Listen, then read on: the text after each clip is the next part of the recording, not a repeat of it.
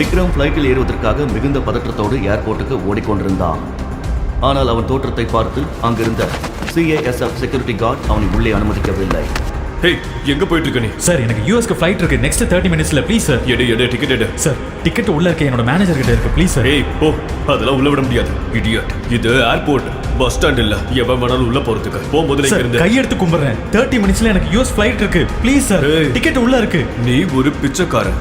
Dress எல்லாம் அழுக்கு, செப்பல் ஃபுல்லா மண்ணு. என்ன சொல்ற? உனக்கு ஃப்ளைட்டா? அரை மணி நேரத்துல, அதுவும் யூஎஸ் போறதுக்கு.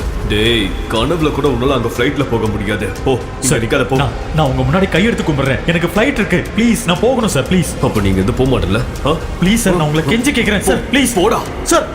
ஓ ஓ, உன்னை நான் அடிச்சு கொன்னுடுவேன்டா, புரியுதா?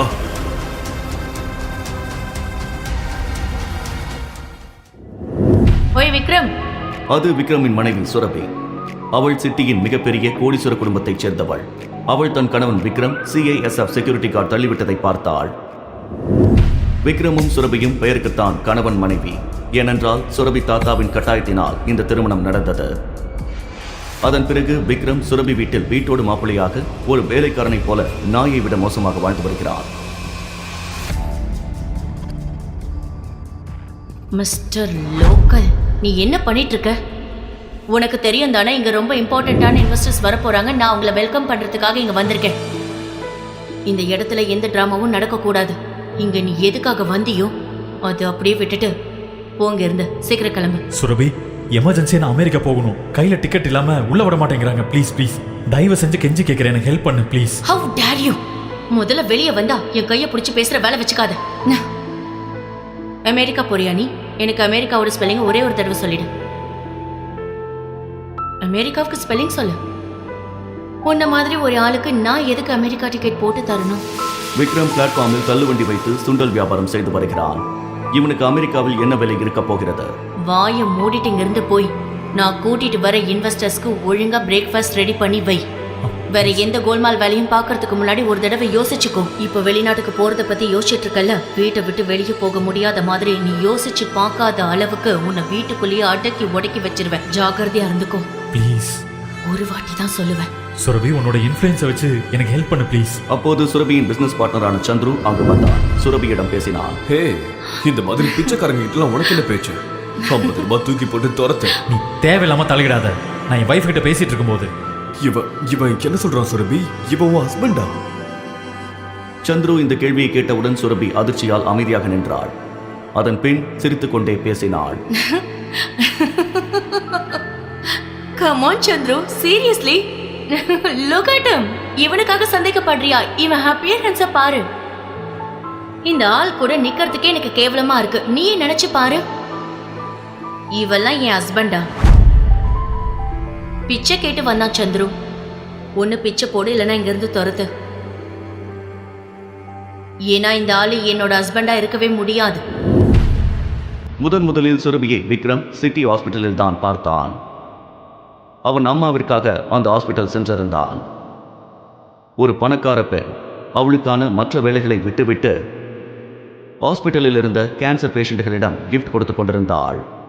அவள் மிகுந்த அன்போடும் கருணையோடும் கிஃப்ட் கொடுத்தாள். அந்த கேன்சர் பேஷண்ட்டுகளும் அவர்கள் அன்பை அவளிடம் வெளிப்படுத்தினர். இந்த விஷயத்தை பார்த்ததிலிருந்து விக்ரம் சுரபியிடம் தன் மனதை இழந்தான். அப்போதிலிருந்தே விக்ரம் சுரபியை காதலிக்க ஆரம்பித்து விட்டான். ஆனால் அங்கு நின்று கொண்டிருந்தவன் தான் தன் கணவனாக போகிறான் என்று அவளுக்கு தெரியவில்லை.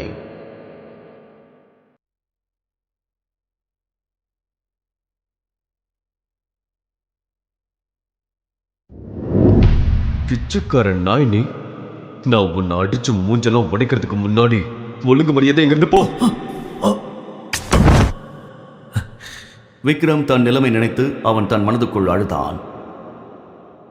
அவன் அங்கிருந்து வெளியில் செல்வதற்கு முன் ஏர்போர்ட் வாசலில் ஒரு பிளாக் கலர் கார் வந்து நின்றது. அதிலிருந்து சிட்டியின் பெரிய பிசினஸ்மேனான நிதின் வர்மா வந்து இறங்கினார். உடனே அவர் பார்வை விக்ரமின் மேல் பட்டது. விக்ரமை பார்த்து கொண்டே வந்தவர் அவனிடம் பேசினார். மிஸ்டர் விக்ரம், நீங்க சார், உங்களுக்கு எனக்கு தெரியுதா? நிதின் வர்மாவை யாருக்கு தான் தெரியாது. சுரபி அவரை பார்த்தவுடன் கண்டுபிடித்து விட்டாள். அவர் விக்ரமுடன் பேசிக் கொண்டிருப்பதை பார்த்த சுரபியும் சந்துருவும் அதிர்ச்சி அடைந்தனர். மிஸ்டர் நிதின் வர்மாவை இந்த பிச்சைக்காரனுக்கு எப்படி தெரியும்? அதே தான் யோசிச்சுட்டு இருக்கேன். நிதின் வர்மா 5000 crores ப்ராப்பர்ட்டிக்காக தான் இங்க வந்தாரு. ஆனா அந்த உதவாக்கர கிட்ட எதுக்கு பேசிட்டு இருக்காரு? ஐம் ஷூர் அவரோட டிரைவரா இருப்பான். ஹலோ, நீங்க சீக்கிரம் வாங்க, இமீடியட்லி.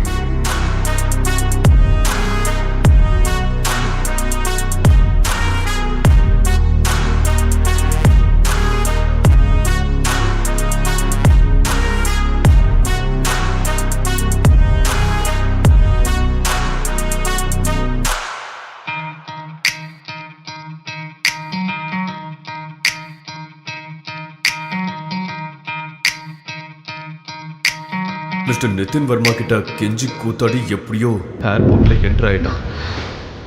ஆனா ஏர்போர்ட்ல போய் என்ன பண்ண போறான்னு தெரியல.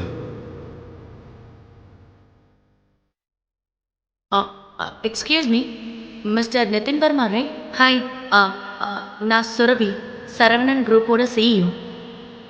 Please don't mind me asking. நீங்கள் ஒருத்தர்கிட்ட பேசிட்டு இருந்தீங்கல்ல,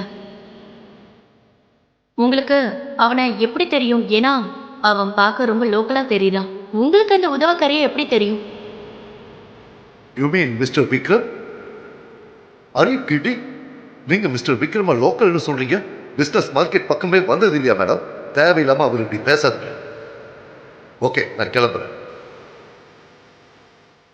சுரபி நிதின் வர்மாவின் இந்த வார்த்தைகளை கேட்டு ஏன் இப்படி பேசுகிறார் என்று சற்று குழப்பமடைந்தாள். மறுபக்கம் ஏர்போர்ட்டுக்குள் சென்ற விக்ரம் மிகுந்த பதட்டத்தோடு ஓடிக்கொண்டிருக்கும் போது அவனது மேனேஜரை சந்தித்தான். இதுதான் உங்க யூஎஸ்கான டிக்கெட். இது உங்களோட ஃபோன். சீக்கிரம் கேட் நம்பர் 3 குள்ள போங்க. உங்ககிட்ட டைம் இல்ல. Okay, thank you. விக்ரம் மேனேஜரிடம் பேசிவிட்டு கேட் நம்பர் 3க்குள் நுழைந்தான். கேட் நம்பர் 3க்குள் சென்று கொண்டிருக்கும் போது திடீரென்று ஒரு ஆண் வந்தான். அவனை இடித்து இருவரும் கீழே விழுந்தனர்.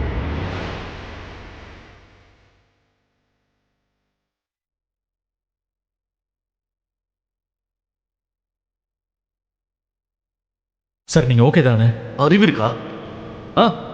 ஏர்போர்ட் அது, இது ஒன்றும் பார்க்கல, புரியுதா? இந்த மாதிரி லோக்கல் ஆளுங்களை உள்ள யார் விட்டது? சாரி சார், அவசரத்தில் வந்ததால தெரியாமல் அடிச்சிட்டேன். எனக்கு ஃப்ளைட் போயிடும், நான் Okay. போய் ஆகணும். சாரி. ஏய் ஸ்டே, என்னை இடிச்சிட்டு ஃப்ளைட்டில் என்ன இந்த ஏர்போர்ட்லேருந்து 2 மினிட்ஸில் தூக்கிடுவேன், புரியுதா? உனக்கு தெரியல நீ யாரை இடிச்சிருக்க சார். புரியுதா? ஏய், எங்களோட எம்பியை இடிச்சிருக்க. உனக்கு இவர் யாருன்னு தெரியல. இவர் பிரைம் ஏர்லைன்ஸோட எம்பி. சார், என் ஃப்ளைட் கூட பிரைம் ஏர்லைன்ஸோடது தான். ப்ளீஸ், நான் உங்ககிட்ட மன்னிப்பு கேட்டுக்கிறேன். நீங்கள் என்னை விட்டுருங்க, கொஞ்சம் emergency please sir. Emergency give me. Sir, N ticket. ஏய், நான் பார்க்குறேன் உன்ன மாதிரி ஒரு லோக்கல் எப்படி என் ஏர்லைன்ஸில் போகிறேன். ப்ளீஸ் சார், என் புரியுதா? டிக்கெட். போட சார் ப்ளீஸ் சார், வீடு அவன்கிட்ட. என் டிக்கெட். ஓ சார் சார், என் டிக்கெட் கொடுங்க. நீதா விட்டுறாதீங்க அவனை. என்ன கொடுங்க. ஸ்டே தான், புரியுதா? ஏய், அவன் டிக்கெட் கை.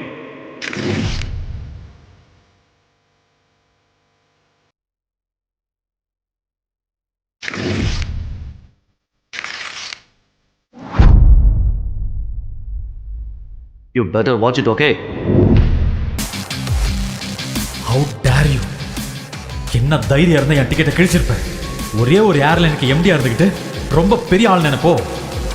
10 நிமிஷம், அடுத்த 10 நிமிஷத்தில் உன்னை கீழே தள்ளுறேன். பார்க்குறியா? 10 நிமிஷத்தில் என்ன கீழே தள்ளுறானா? அவ்வளோதானே சேலஞ்சு? சரி, நான் இங்கே பார்க்குறேன் நீ என்ன பண்ணுற. இரு, பார்க்குறேன். நிறைய பேர்த்த பார்த்தாச்சு. ஹலோ, நான் சொல்கிறத கேளு. விக்ரம் மாஸ்டர் பேசுகிறேன்.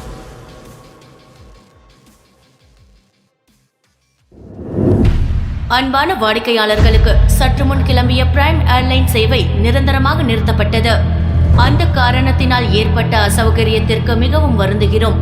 அனைத்து பயணிகளும் மன்னிக்கவும். Hey, mister. Hello. Authority. நான் எந்த பெர்மிஷன் ஆர் நோட்டீஸும் கொடுக்கல. எப்படி இந்த அனௌன்ஸ்மெண்ட் நடக்குது? சார் அது மேலிடத்துல இருந்து வந்த இமிடியேட் ஆர்டர். ஆர்டர்? உங்க லைசன்ஸ் கேன்சல் பண்ணிட்டாங்க சார். வாட்? பிரைம் ஏர்லைன்ஸை பேன் பண்ணிட்டாங்க. நீங்க எதுனாலும் அங்க பேசிக்கோங்க. Hello hello.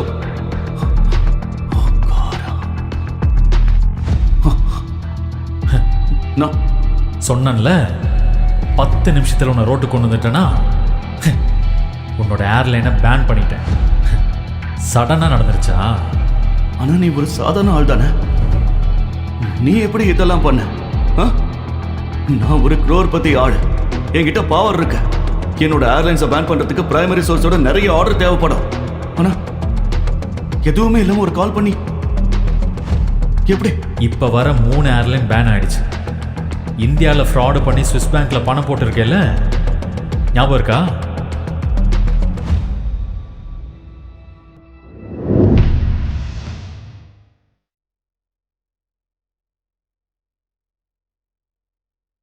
ஏய், அதுக்காக உன்னை ஜெயிலில் போட்டிருக்கணும். ஆனால் நான் ஒரு எமர்ஜென்சியில் இருக்கேன். அதான் உன்னை இதோட விடுறேன். இல்லை உன் கையில் திருவோடு கொடுத்து பிச்சை எடுக்க வச்சிருவேன்டா.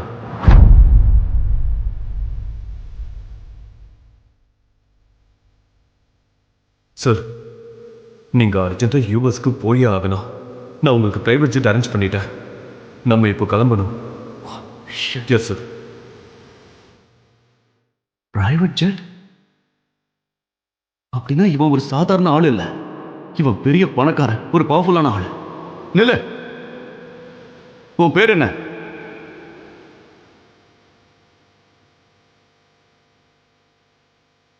உன் பேர் என்ன? சாரி மன்னிச்சிருங்க சார், மன்னிச்சிருங்க. ஹானஸ்ட்லி முன்னாடியே தெரிஞ்சிருந்தா நான் உடனே உங்களுக்கு ஃப்ளைட் அரேஞ்ச் பண்ணியிருப்பேன். Please please forgive me sir. இனிமே இந்த மாதிரி தப்பு நடக்காது சார். இப்போ ஏர்லைனே இல்லையே, தப்பு எப்படி நடக்கும்? Sir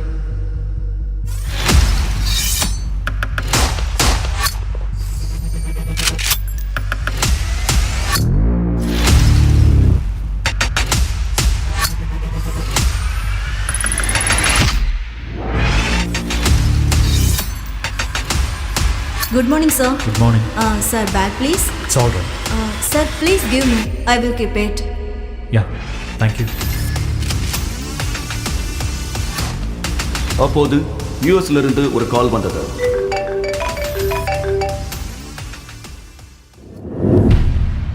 hello. விக்ரம் சார், நீங்க யூஎஸ் வரதுக்கு எந்த அவசியமும் இல்லை. பிளட் டோனர் கிடைச்சிட்டாங்க. பெரிய ஐயா இப்ப சேஃப் ஆயிட்டாரு. நாங்க எல்லாரும் நாளைக்கு இந்தியா வரோம். Thank God. நான் ரொம்ப பயந்துட்டேன். Keep me posted, okay? Okay. இப்போது விக்ரம் எந்த டென்ஷனும் இல்லாமல் ஏர்போர்ட்டில் இருந்து கிளம்பி நேராக தன் மாமியார் வீட்டுக்கு வந்தான்.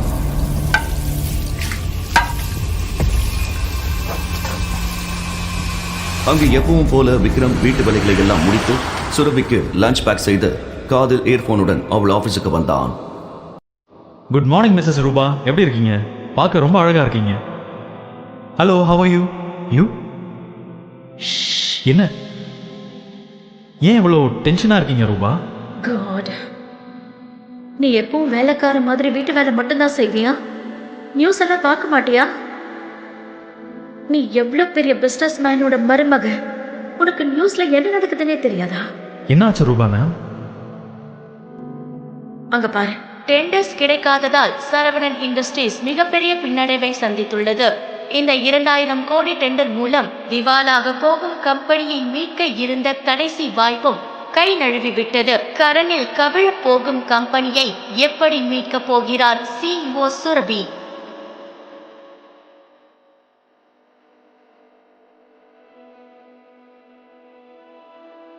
ரிஷப் சுரபியின் பிசினஸ் பார்ட்னர்.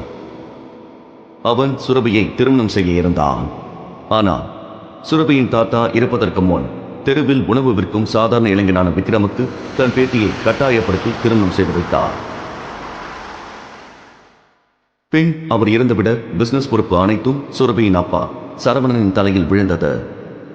பிரச்சனையில் இருக்கும் கம்பெனியை மீட்க சரவணன் மிகவும் போராடினார். ஆனால் எல்லாம் தோல்வியில் முடிய மன உளைச்சலில் சரவணன் படுத்த படுக்கையானார். அதனால் சுரபி கம்பெனி பொறுப்பை ஏற்று நடத்தி வருகிறாள். ரிஷப் நினைத்தால் இந்த பிரச்சனையை தன் அப்பாவின் நண்பர் நாராயணன் மூலம் சுலபமாக முடிக்கலாம். ஆனால் அவளை அடைய முடியாத கோபத்தில் அவன் உதவ முன்வரவில்லை. சுரபி எப்படியாவது கம்பெனியை மீட்க வேண்டும் என்று பதட்டத்தில் இருந்தாள்.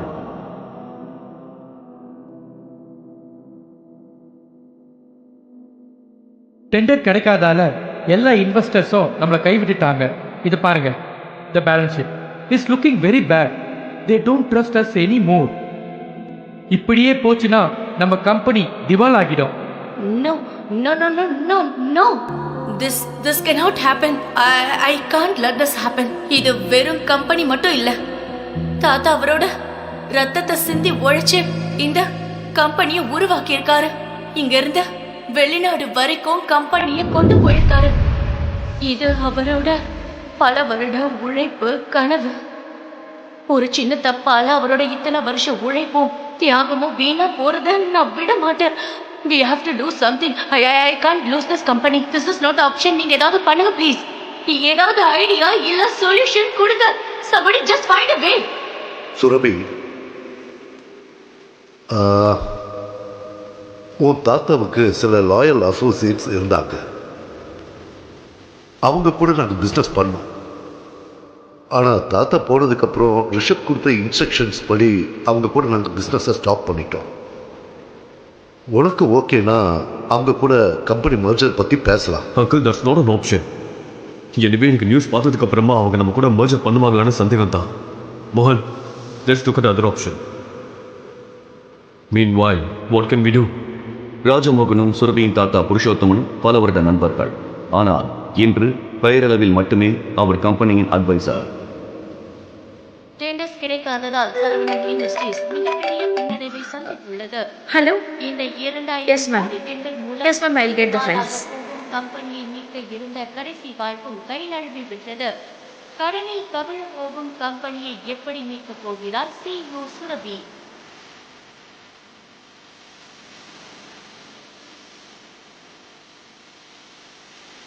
மேம், சுரபி இங்க. விக்ரம், நீ வீட்டுக்கு போ. நான் அவசரமா இந்த ஃபைல்ஸை கொண்டு போகணும். சுரபி நான் உடனே பார்க்கணும். I need to meet her right now please. Vikram, அடம் பிடிக்காத, வீட்டுக்கு போ. நீங்க எங்க போறீங்க? Meeting room. செக்யூரிட்டி ரூபா மீட்டிங் ரூமுக்குள் நுழைய அவருக்கு பின்னால் விக்ரமும் மீட்டிங் ரூமுக்குள் நுழைந்தான். விக்ரம் வந்ததை பார்த்ததும் எல்லோருக்கும் முகம் மாறியது. சுரபி, விக்ரம், இருங்க. இந்த ப்ராப்ளமை பத்தி நான் உங்ககிட்ட முக்கியமா ஒன்று பேசுறேன். விக்ரம், நான் இப்போ ரொம்ப முக்கியமான மீட்டிங்ல இருக்கேன். ப்ளீஸ் என்ன தொல்லை பண்ணாத. 5 minutes please. Give me 5 I minutes. don't have time, Vikram. 5 minutes please. Give me 5 minutes. இங்க மீட்டிங் நடந்துட்டு இருக்கு. கம்பெனி விஷயத்துல மூக்க நுழைக்காதன்னு உன்கிட்ட எத்தனை வாட்டி சொல்லியிருக்கேன் விக்ரம். மரியாதையா இங்க இருந்து கிளம்ப போடா. சுரபி, முதல்ல இவனை வெளிய அனுப்பு. எல்லா போடா. பிரச்சனையும் இவனாலதான். நான் சொல்றத தயவு செஞ்சு கேளு. செக்யூரிட்டி, செக்யூரிட்டி, இவனை வெளியே தள்ளுங்க. சார், இந்த பிரச்சனையை நான் பார்த்துக்கிறேன். நீங்க மீட்டிங்க்கு போங்க ப்ளீஸ்.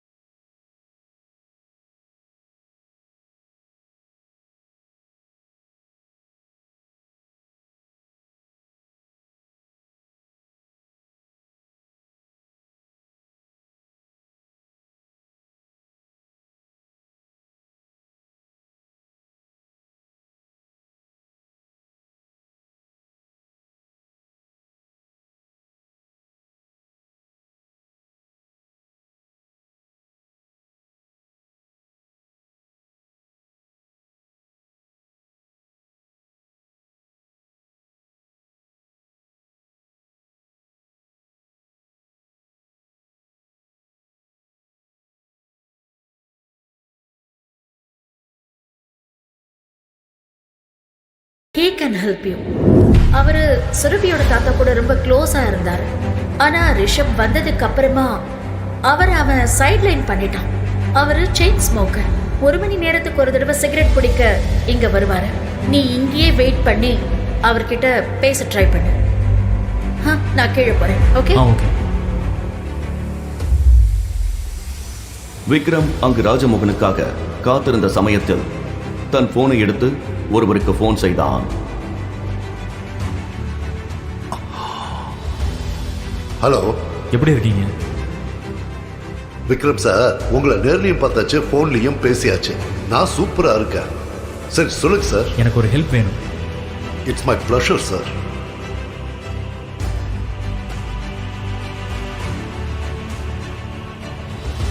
நீங்க சீக்கிரமா அந்த டீடைல்ஸை கலெக்ட் பண்ணி சொல்லுங்க. நான் வைக்கிறேன். Okay, bye.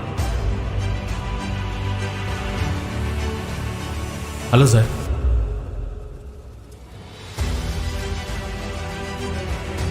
Rajmohan sir, Saravanan industries and Rana company merger எப்படி இருக்கும்?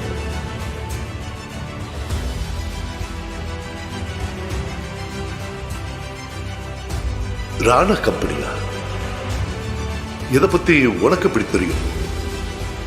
அவங்க எங்களோட பழைய business Associates. How to you know that? அதற்கு பின் விக்ரம் சொன்னதை கேட்டு ராஜமோகன் பெரும் வியப்பில் ஆழ்ந்தார். உடனே ராஜமோகன் விக்ரமை தன்னோடு அழைத்துக் கொண்டு மீட்டிங் ரூம் சென்றார்.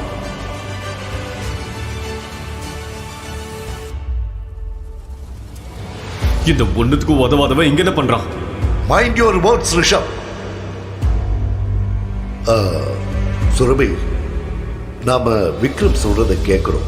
Because he has a very good plan. பிளானா? இவனா? யூஸ்லெஸ். உன் வயசை விட அதிக வருஷம் நான் இந்த கம்பெனியில உழைச்சிருக்கேன்.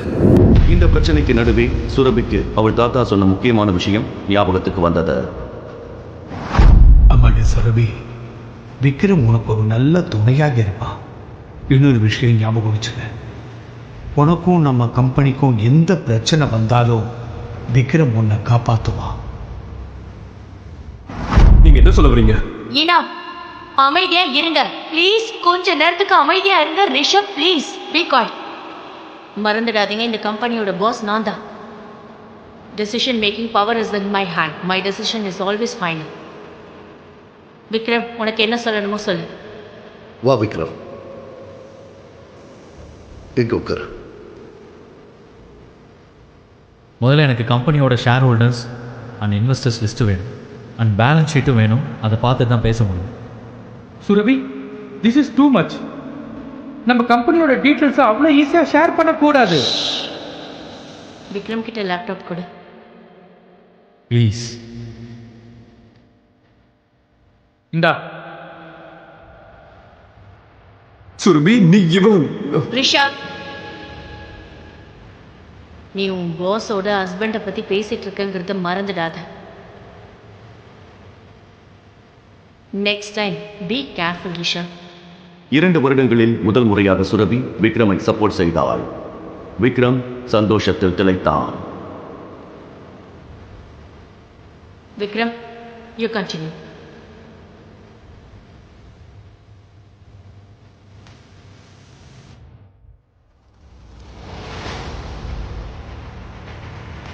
பேலன்ஸ் ஷீட்டில் இருக்கிற ஃபியூ டிரான்சாக்ஷன் சரியில்லையே. இன்வெஸ்டர்ஸ் கம்பெனி விட்டு போகிறதுலையும் ஒரு பேட்டர்ன் இருக்கு. Something is wrong. அட மேடம், இவர் என்ன பேசிட்டு இருக்காரு? தேவையில்லாததெல்லாம் பேசிட்டு இருக்காத. கம்பெனியை எப்படி காப்பாற்றணுங்கிறத சொல்லு. நாம நம்ம கம்பெனியோட எல்லா ஷேர்ஸையும் பைபேக் பண்ணுவோம். Simple. O wow, what a fresh new plan. நாங்க இதை பத்தி எல்லாம் நாம யோசிக்காமையா உட்கார்ந்துருக்கோம். அமைதியா இருங்க. Vikram, we don't have the funds. Give me 1 minute. Just 1 minute. Vikram தனியாக போய் ஒரு போன் செய்தான். அதை கேட்டு எல்லோரும் திகைத்து போயினர்.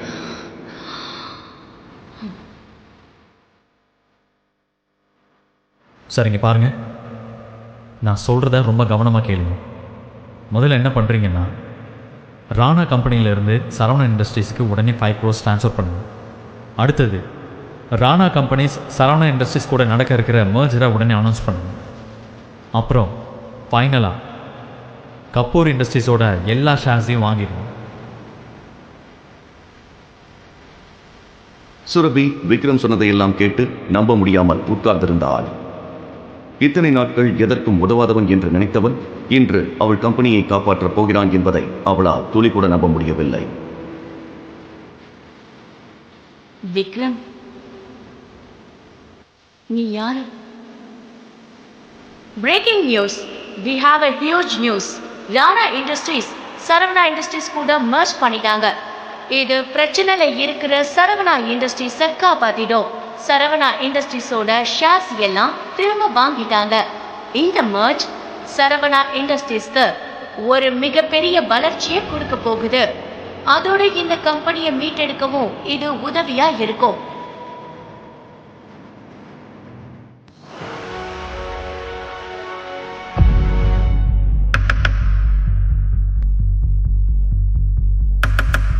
விக்ரம் சுரபி கேட்ட கேள்விக்கு பதில் அளிப்பானா? விக்ரம் உண்மையில் யார்? அவன் ரகசியம் என்ன?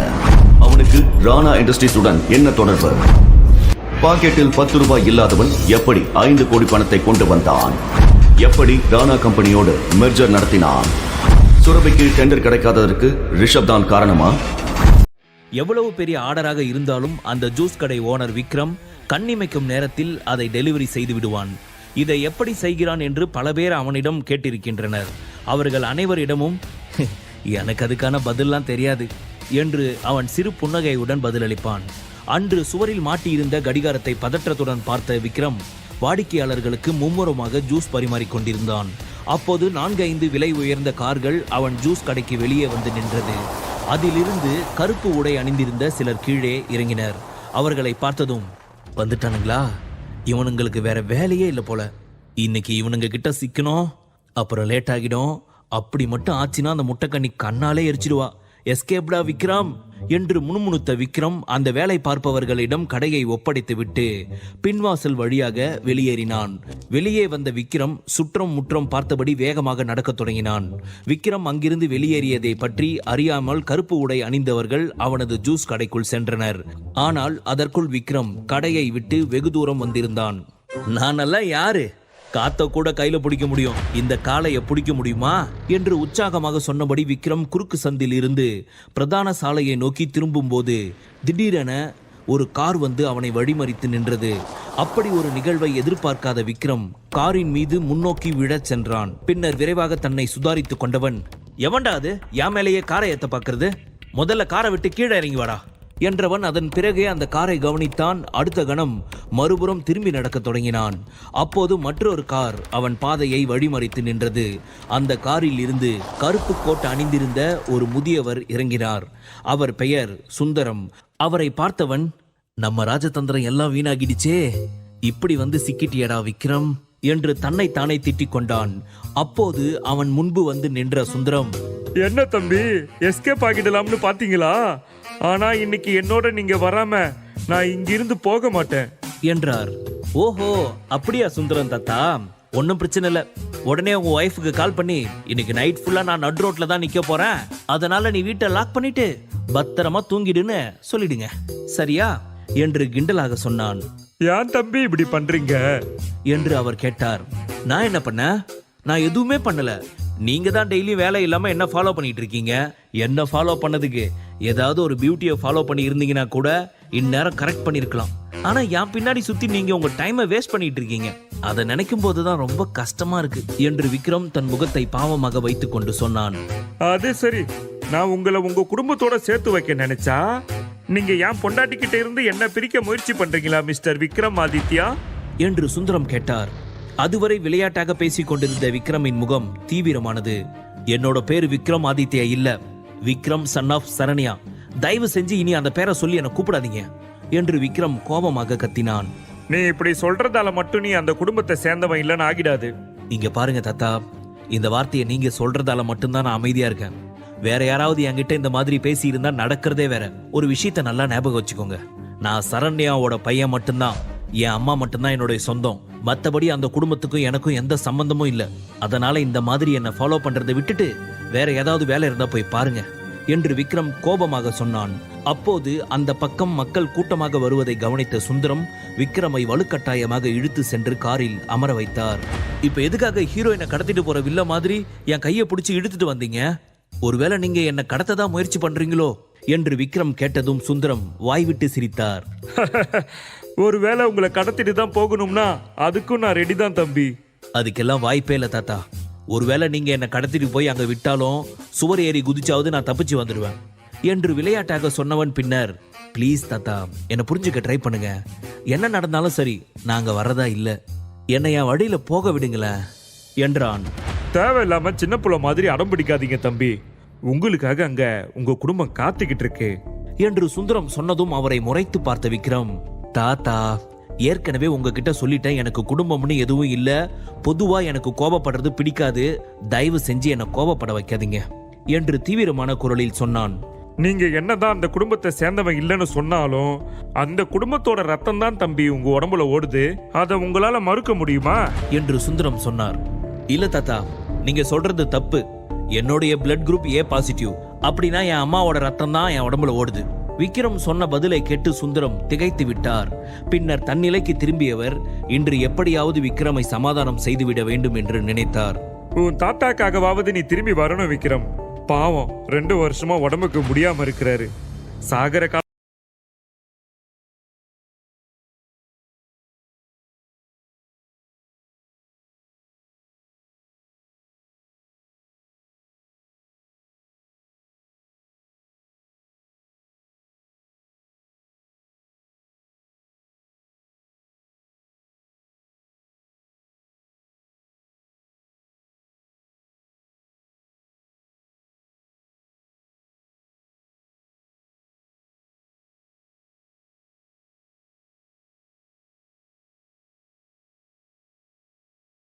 யாருமே போக சொல்லவே இல்லையே விக்ரம்.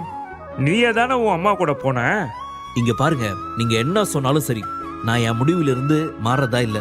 நடந்ததை நீங்க மறந்திருக்கலாம் தாத்தா, ஆனா நான் மறக்கல. இன்னைக்கு என் மேல இவ்வளவு பாசமா இருக்கிற அந்த பெரிய மனுஷன் அன்னைக்கு என் அம்மாவை அவமானப்படுத்தின போது என்ன பண்ணாரு?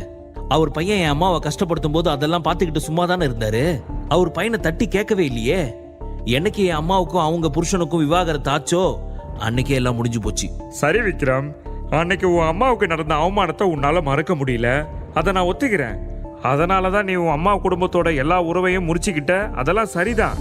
ஆனா ஒவ்வொரு நாளும் ஒவ்வொரு நிமிஷமும் உன்னை விட குறைவான அந்தஸ்து இருக்கிற புருஷோத்தமன் குடும்பம் உன்னை அவமானப்படுத்திட்டே இருக்காங்களே. அப்போ நீ ஏன் அமைதியா இருக்க? இன்னும் நீ ஏன் அந்த வீட்டோட மருமகனா இருக்க? இது மட்டும் நியாயமா என்று சுந்தரம் கேட்டார். ஓ, என்ன வேவு பாக்குறீங்களா? சூப்பர். ஆனா எங்க தாழ்ந்து போகணும், எங்க எகிரி அடிக்கணும்னு முடிவு பண்ண வேண்டியது நான் தான். அதனால என்ன வேவு பார்க்கறத விட்டுட்டு உங்க வேலையை பாருங்க. என் வாழ்க்கை, என் விருப்பம், புரிஞ்சுதா என்று அவரின் கன்னத்தை தட்டியபடி சொன்னவன் பின்னர் காரை விட்டு கீழே இறங்கி வழியில் வந்த ஆட்டோவில் ஏறி சென்று விட்டான். சுந்தரம் விக்ரம் செல்லும் திசையையே பார்த்து கொண்டிருந்தார். விக்ரம் அங்கிருந்து வந்துவிட்டாலும் அவன் மனம் ஒரு நிலையில் இல்லை. ஆட்டோவில் அமர்ந்திருந்தவனின் எண்ணங்கள் அவனை அறியாமல் கடந்த காலத்திற்கு பயணிக்க தொடங்கியது. ஆதித்யா குடும்பம் சென்னை நகரம் மட்டுமின்றி இந்தியாவிலேயே பிரபலமான பணக்கார குடும்பங்களில் ஒன்று. ஆதித்யாவிற்கு ஒரு மகன், 2 மகள்கள் இருந்தனர். மகன் சம்பத், மருமகள் சரண்யா சம்பத். சரண்யாவின் ஒரே மகன் விக்ரம் ஆதித்யா. சம்பத்தும் சரண்யாவும் நெருங்கிய தம்பதிகளாக இருந்தனர். ஆனால் விக்ரமிற்கு 10 வயசு இருக்கும்போது சம்பத்தின் நடத்தையில் மாற்றம் ஏற்பட்டது. அதை அறிந்த சரண்யா சம்பத்திடம் நியாயம் கேட்டார். அதனால் கோபமடைந்த சம்பத் சரண்யாவை அடித்து வீட்டை விட்டு வெளியேறுமாறு சொன்னார்.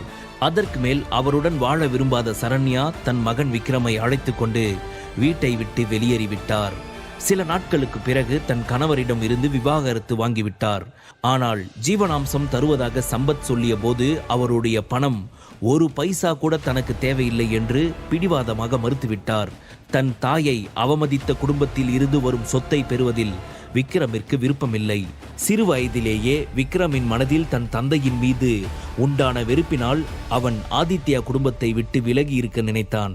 அதற்கு சான்றாக அன்று முதல் தன் பெயருக்கு பின்னால் இருந்த ஆதித்யா என்ற தனது தந்தையின் குடும்ப பெயரை நீக்கிவிட்டு தன் தாயின் பெயரை சேர்த்து கொண்டான். ஆதித்யா குடும்பத்தை விட்டு வெளியே வந்த பிறகு தாயும் மகனும் ஒரு சாதாரண வாழ்க்கை வாழ்ந்தனர். தனி ஒரு மனுஷியாக விக்ரமை காப்பாற்றி வளர்த்த சரண்யா 3 ஆண்டுகளுக்கு முன்பு உடல் நலக் குறைவால் இறந்து விட்டார். அப்போதும் விக்ரம் தன் தந்தையின் குடும்பத்திற்கு தகவல் அளிக்கவில்லை. அனைத்து காரியத்தையும் தானே முன்னின்று கவனித்துக் கொண்டான். ஒருவருடைய உதவியையும் நாடவில்லை.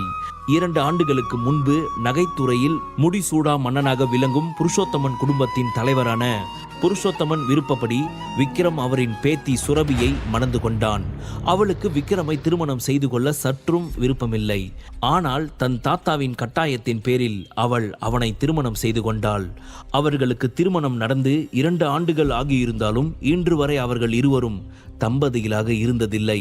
ஆனால் இப்படி ஒரு திருமணம் நடக்க என்ன காரணம் என்பதை அவனும் புருஷோத்தமனும் மட்டுமே அறிவர். இப்போது புருஷோத்தமன் உயிரோடு இல்லாத நிலையில் அந்த ரகசியம் பற்றி அறிந்த ஒரே நபர் அவன் மட்டும்தான்.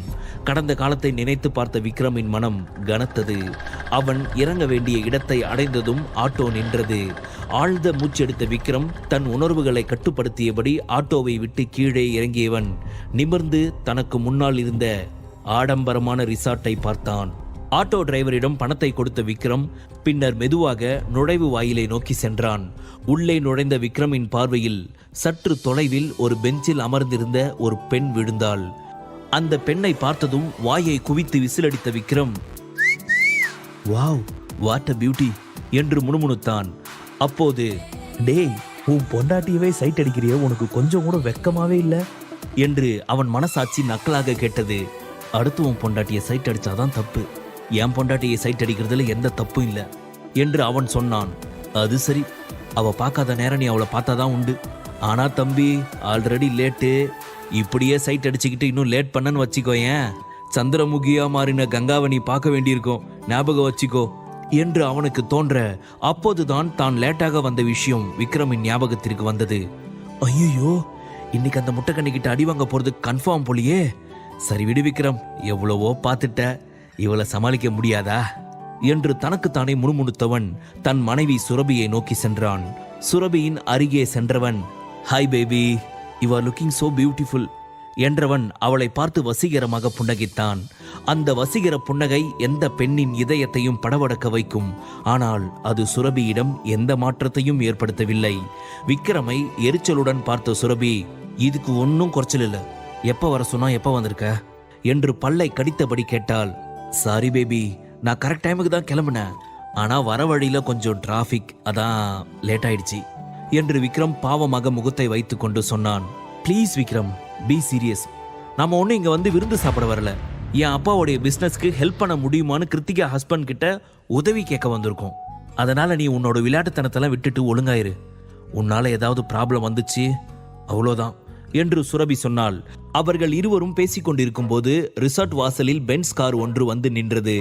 காரை நிறுத்தும் போது காரில் இருந்தவன் அங்கு நின்று இருந்த விக்ரமையும் சுரபியையும் பார்த்து விட்டான். விக்ரமை கண்டதும் அவன் கண்கள் சிவந்தன. ஆனால் அதை வெளிக்காட்டிக் கொள்ளாமல் காரில் இருந்து இறங்கியவன் ஸ்டைலாக நடந்து வந்து விக்ரம் மற்றும் சுரபியின் முன்பு நின்றான்.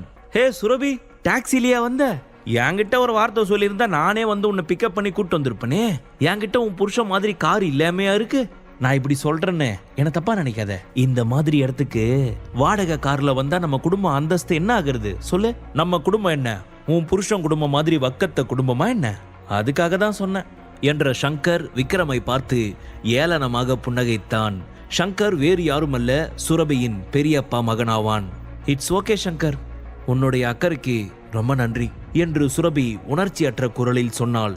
விக்ரமுக்கு பயங்கரமாக கோபம் வர, பி கூல் விக்ரம், இவனுக்காக டென்ஷன் ஆகி நம்ம உடம்பை கெடுத்துக்க கூடாது. டே வெள்ள பண்ணி, நீ என்ன கோபப்படுத்தி பிரச்சனையை உண்டு பண்ணதான் இப்படியெல்லாம் பேசுறேன்னு எனக்கு தெரியும்டா. ஆனா உன் வலையில சிக்க நான் மீன் இல்லடா, திமிங்கலம் என்று நினைத்த விக்ரம் தன் விரலால் காதை குடைந்தபடி சங்கரை நக்கலாக பார்த்தான். விக்ரமின் நடத்தையை பார்த்த சங்கரின் கோபம் மேலும் அதிகரித்தது. எவ்வளவு பேச்சு பேசுறேன், கொஞ்சமாவது சுரணம் இருக்கான்னு பாரு. எதுவுமே நடக்காத மாதிரி அமைதியா இருக்கான். இருடா, இன்னைக்கு நீ எப்படி இங்கிருந்து சந்தோஷமா போறன்னு நான் பார்க்கறேன். நீ இங்கிருந்து கிளம்புறதுக்கு முன்னாடி உன் முகத்துல இருக்கிற அந்த சிரிப்பை அழிச்சு காட்டுறேன் என்று நினைத்தவன் அதற்கு மேல் அவர்களிடம் எதுவும் பேசாமல் உள்ளே சென்று விட்டான். அவன் உள்ளே சென்றதும், பார் விக்ரம், என் அப்பாவோட பிஸ்னஸ் எவ்வளவு மோசமான நிலையில இருக்குன்னு உனக்கே நல்லா தெரியும். இன்னைக்கு நான் கிருத்திகாவோட புருஷன்கிட்ட என் அப்பா பிஸ்னஸ்க்கு ஹெல்ப் பண்ண சொல்லி கேட்கறதுக்காக தான் இங்க வந்திருக்கேன்னு. ராகுல் மேத்தா சப்போர்ட் பண்ணா அப்பாவோட பிஸ்னஸை திரும்ப நல்லபடியா நடத்த வாய்ப்பு இருக்கு. ஆனா எனக்கு உன்னை நினைச்சுதான் பயமா இருக்கு. சங்கர் கிட்ட நீ கொஞ்சம் கேர்ஃபுல்லாக இரு. அவனுக்கு ஏற்கனவே உன்னை சுத்தமாக பிடிக்காது. ஸோ நிச்சயம் உங்ககிட்ட வம்பு எடுப்பான். ஆனால் அவன் என்ன பண்ணாலும் எனக்காக கொஞ்சம் பொறுத்துக்கோ ப்ளீஸ் என்று மெல்லிய குரலில் சுரபி எச்சரித்தாள். அட இதுக்காக எதுக்கு பேபி ப்ளீஸ் எல்லாம் சொல்கிற? அந்த வெள்ளப்பண்ணி என்ன பண்ணாலும் நான் அமைதியாக இருக்கேன், போதுமா? சரி வா உள்ளே போகலாம் என்று அவர் அங்கிருந்து செல்ல உள்ளே விக்ரம் சுரபி அங்க போடப்பட்டு இருந்த இருக்கைகளில் அமர்ந்தனர். அப்பொழுது அங்கு வந்த சங்கர் சுரபியின் கையில் இருந்த பரிசை பார்த்தவன், ஹே சுரபி, என்ன கிஃப்டா? அது சரி,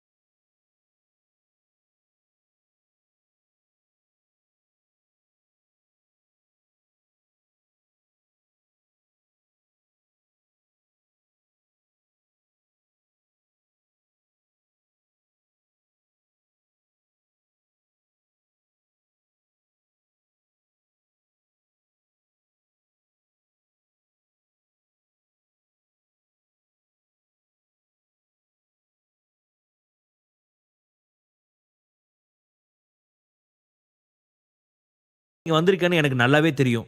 உன் அப்பாவோட பிஸ்னஸ்க்காக தானே. இவனால தான் இன்னைக்கு உங்கள் அப்பாவோட பிஸ்னஸ் இந்த நிலைமையில் இருக்குது. நான் சொல்கிறத கேளு. இவனை விட்டுட்டு நம்ம ஸ்டேட்டஸ்க்கு ஏற்ற ஒருத்தனை கல்யாணம் பண்ணிக்கோ. அதுக்கப்புறம் உங்கள் அப்பாவோடைய பிஸ்னஸ்க்கு எந்த ப்ராப்ளமும் வராது. நீங்கள் அதை நல்லபடியாக நடத்தலாம் என்று விக்ரமை பார்த்து நக்கலாக புன்னகைத்தபடி சங்கர் சொன்னான். அதற்கு மேல் அவனிடம் பேச விரும்பாத சுரபி விக்ரமிடம், நான் போய் கிருத்திகா கிட்ட பேசிட்டு வரேன், நீங்கே இரு, தயவு செஞ்சு இவங்கிட்ட கொஞ்சம் கேர்ஃபுல்லாக இரு என்று மெல்லிய குரலில் சொன்னவள் மேடையை நோக்கி செல்லத் தொடங்கினாள். மறுபுறம் ராயல் லுக்கில் மேடை மீது தன் கணவனுடன் நின்று இருந்த கிருத்திகா பார்ப்பதற்கு மிகவும் அழகாக இருந்தாள். கிருத்திகாவை பார்த்து புன்னகைத்த சுரபி, ரொம்ப சந்தோஷமா இருக்கு கிருத்திகா, ஹாப்பி மேரிட் லைஃப், நீ எப்பவும் இதே மாதிரி சந்தோஷமா இருக்கணும் என்றாள். சுரபியை பார்த்ததும் கிருத்திகாவின் முகம் மாறியது. சுரபியை ஏறெடுத்து கூட பார்க்க விரும்பாதவள், உன் கிஃப்டை ஒரு ஓரமா வச்சுட்டு கிளம்பு என்றாள். இதை கேட்ட சுரபி முகத்தில் அறை வாங்கியது போல உணர்ந்தாள். இருந்தாலும் தான் அங்கு வந்த காரியத்தை மனதில் கொண்டு கிருத்திகாவை பார்த்து வலிய புன்னகைத்தவள், நான் உன் கூட கொஞ்சம் பேசணும் என்றாள். நீ என் கூட பேச வேண்டிய அவசியம் இல்லை. எதுக்காக நீ இங்கே வந்த? எதுக்காக இவ்வளோ காஸ்ட்லியான கிஃப்ட் வாங்கிட்டு வந்திருக்க? எல்லாமே எனக்கு தெரியும். உன்னோட இந்த நரித்தந்திரம் எல்லாம் என்கிட்ட வேலைக்காகாது. உங்க அப்பாவோட பிஸ்னஸ்க்கு ஹெல்ப் பண்ண எங்களுக்கு கொஞ்சம் கூட இன்ட்ரெஸ்ட் இல்லை என்று கிருத்திகா கடுமையாக சொன்னாள். அதை கேட்டதும் சுரபியின் முகத்தில் இருந்த சிரிப்பு காணாமல் போனது. அவளை அறியாமல் அவள் உடல் லேசாக நடுங்கியது. ப்ளீஸ் கிருத்திகா, நான் உன்னதான் மலை போல நம்பி வந்திருக்கேன் என்று சுரபி நடுங்கிய குரலில் சொன்னாள். மேடைக்கு கீழே அமர்ந்திருந்த விக்ரமை ஒரு பார்வை பார்த்த கிருத்திகா பின்னர் திரும்பி சுரபியை பார்த்து, சரி நான் உனக்கு ஹெல்ப் பண்றேன், ஆனா அதுக்கு ஒரு கண்டிஷன் இருக்கு என்றாள். என்ன கண்டிஷன் சொல்லு, நீ என்ன சொன்னாலும் நான் கேட்குறேன் என்று சுரபி சொன்னாள். நீ விக்ரமை டிவோர்ஸ் பண்ணணும். சரி நான் உனக்கு ஹெல்ப் பண்றேன், ஆனா அதுக்கு ஒரு கண்டிஷன் இருக்கு என்றாள். என்ன கண்டிஷன் சொல்லு, நீ என்ன சொன்னாலும் நான் கேட்குறேன் என்று சுரபி சொன்னாள். நீ விக்ரமை டிவோர்ஸ் பண்ணணும். சுரபி கிருத்திகாவிடம் உதவி கேட்டு கெஞ்சுவதை மேடைக்கு அடியில் இருந்து விக்ரம் பார்த்து கொண்டிருந்தான். அவனால் அதை தாங்கிக் கொள்ள முடியவில்லை. என் பேபி மகாராணி மாதிரி இருக்க வேண்டிய ஆளு இவகிட்டெல்லாம் போய் கெஞ்சிக்கிட்டு இருக்காளே, நான் மட்டும் இருக்க வேண்டிய இடத்துல இருந்திருந்தா என் பேபிக்கு இப்படிப்பட்ட நிலைமை வந்திருக்குமா என்று நினைத்த விக்ரமிற்கு மனதிற்கு கஷ்டமாக இருந்தது. ஆனால் இந்த சூழ்நிலையிலும் தனது குடும்பத்துடன் இணைய அவனது மனம் தயாராக இல்லை. எனவே நடப்பதை வேடிக்கை பார்ப்பதை தவிர தற்போது அவனிடம் வேறு வழி இல்லை. மறுபுறம் விக்ரம் அமர்ந்திருந்த அதே டேபிளில் தான் புருஷோத்தமன் குடும்பத்தின் மற்ற மருமகன்களும் அமர்ந்திருந்தார்கள். அவர்கள் அனைவருமே அந்தஸ்தில் உயர்ந்தவர்கள். எனவே அவர்கள் அனைவரும் அவனுடன் பேசுவதை தங்கள் அந்தஸ்திற்கு குறைவாக நினைத்தனர். அதனால் அவனை கண்டுகொள்ளாமல் அவர்கள் அனைவரும் தங்களுக்குள் பேசிக் கொண்டிருந்தனர். விக்ரமும் அதை கண்டு கொள்ளாமல் தன் போனை நோண்டிக் கொண்டிருந்தான். அப்போது சங்கர் அங்கு வந்தான். அந்த வீட்டின் மருமகன்களை விடவும் சங்கர் பணக்காரனாக இருந்தான். அதனால் அவனை கண்டதும் அங்கிருந்த அனைவரும் எழுந்து நின்றனர். ஆனால் விக்ரம் அப்படியே அமர்ந்திருந்தான். அதை பார்த்த சங்கருக்கு கடும் கோபம் வந்தது. 10 பைசாக்கு வக்கில்லனாலும் இந்த திமிருக்கு ஒன்றும் குறைச்சல் இல்லை என்று முணுமுணுத்த சங்கர் விக்ரமின் அருகில் இருந்த இருக்கையில் அமர்ந்தான். பின்னர் விக்ரமிடம், என்ன விக்ரம், போனை நோண்டிக்கிட்டு இருக்க? இவங்க யாரும் உங்ககிட்ட பேசலையா? இவங்க யாரும் உன்னை கூட சேர்த்துக்கலையா என்று கேட்டான். அப்படியெல்லாம் இல்ல என்று விக்ரம் சொன்னான். சும்மா பொய் சொல்லாத விக்ரம், இவங்க எல்லாரும் பணக்காரங்க, அதான் நீ அவங்க ஸ்டேட்டஸ்க்கு ஈக்குவலா இல்லைன்னு நினைச்சு உன்னை ஓரம் கட்டிட்டாங்க, அப்படிதானே? அடட, அப்படியெல்லாம் இல்ல மச்சான், பண்ணிங்க தான் கூட்டமா இருக்கும், சிங்கம் சிங்கிளா தான் இருக்கும்னு நம்ம தலைவரே சொல்லியிருக்காரு. நான் தான் சிங்கமாச்சே, அதான் தனியா இருக்கேன் என்று விக்ரம் நக்கலாக சொன்னான்.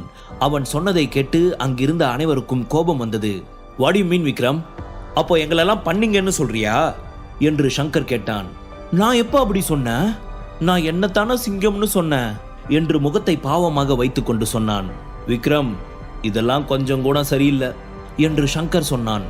அப்போது, விட்டு தள்ளுங்க சங்கர், இவனை மாதிரி லோக்கல் கிட்ட இருந்து இப்படிப்பட்ட பேச்சு தான் வரும். எங்க என்ன பேசணும்னு தெரியாத இடியட் இவன், அவன் கூட பேசுறது நமக்கு தான் அசிங்கம் என்று அங்கிருந்த ஒருவன் சொன்னான்.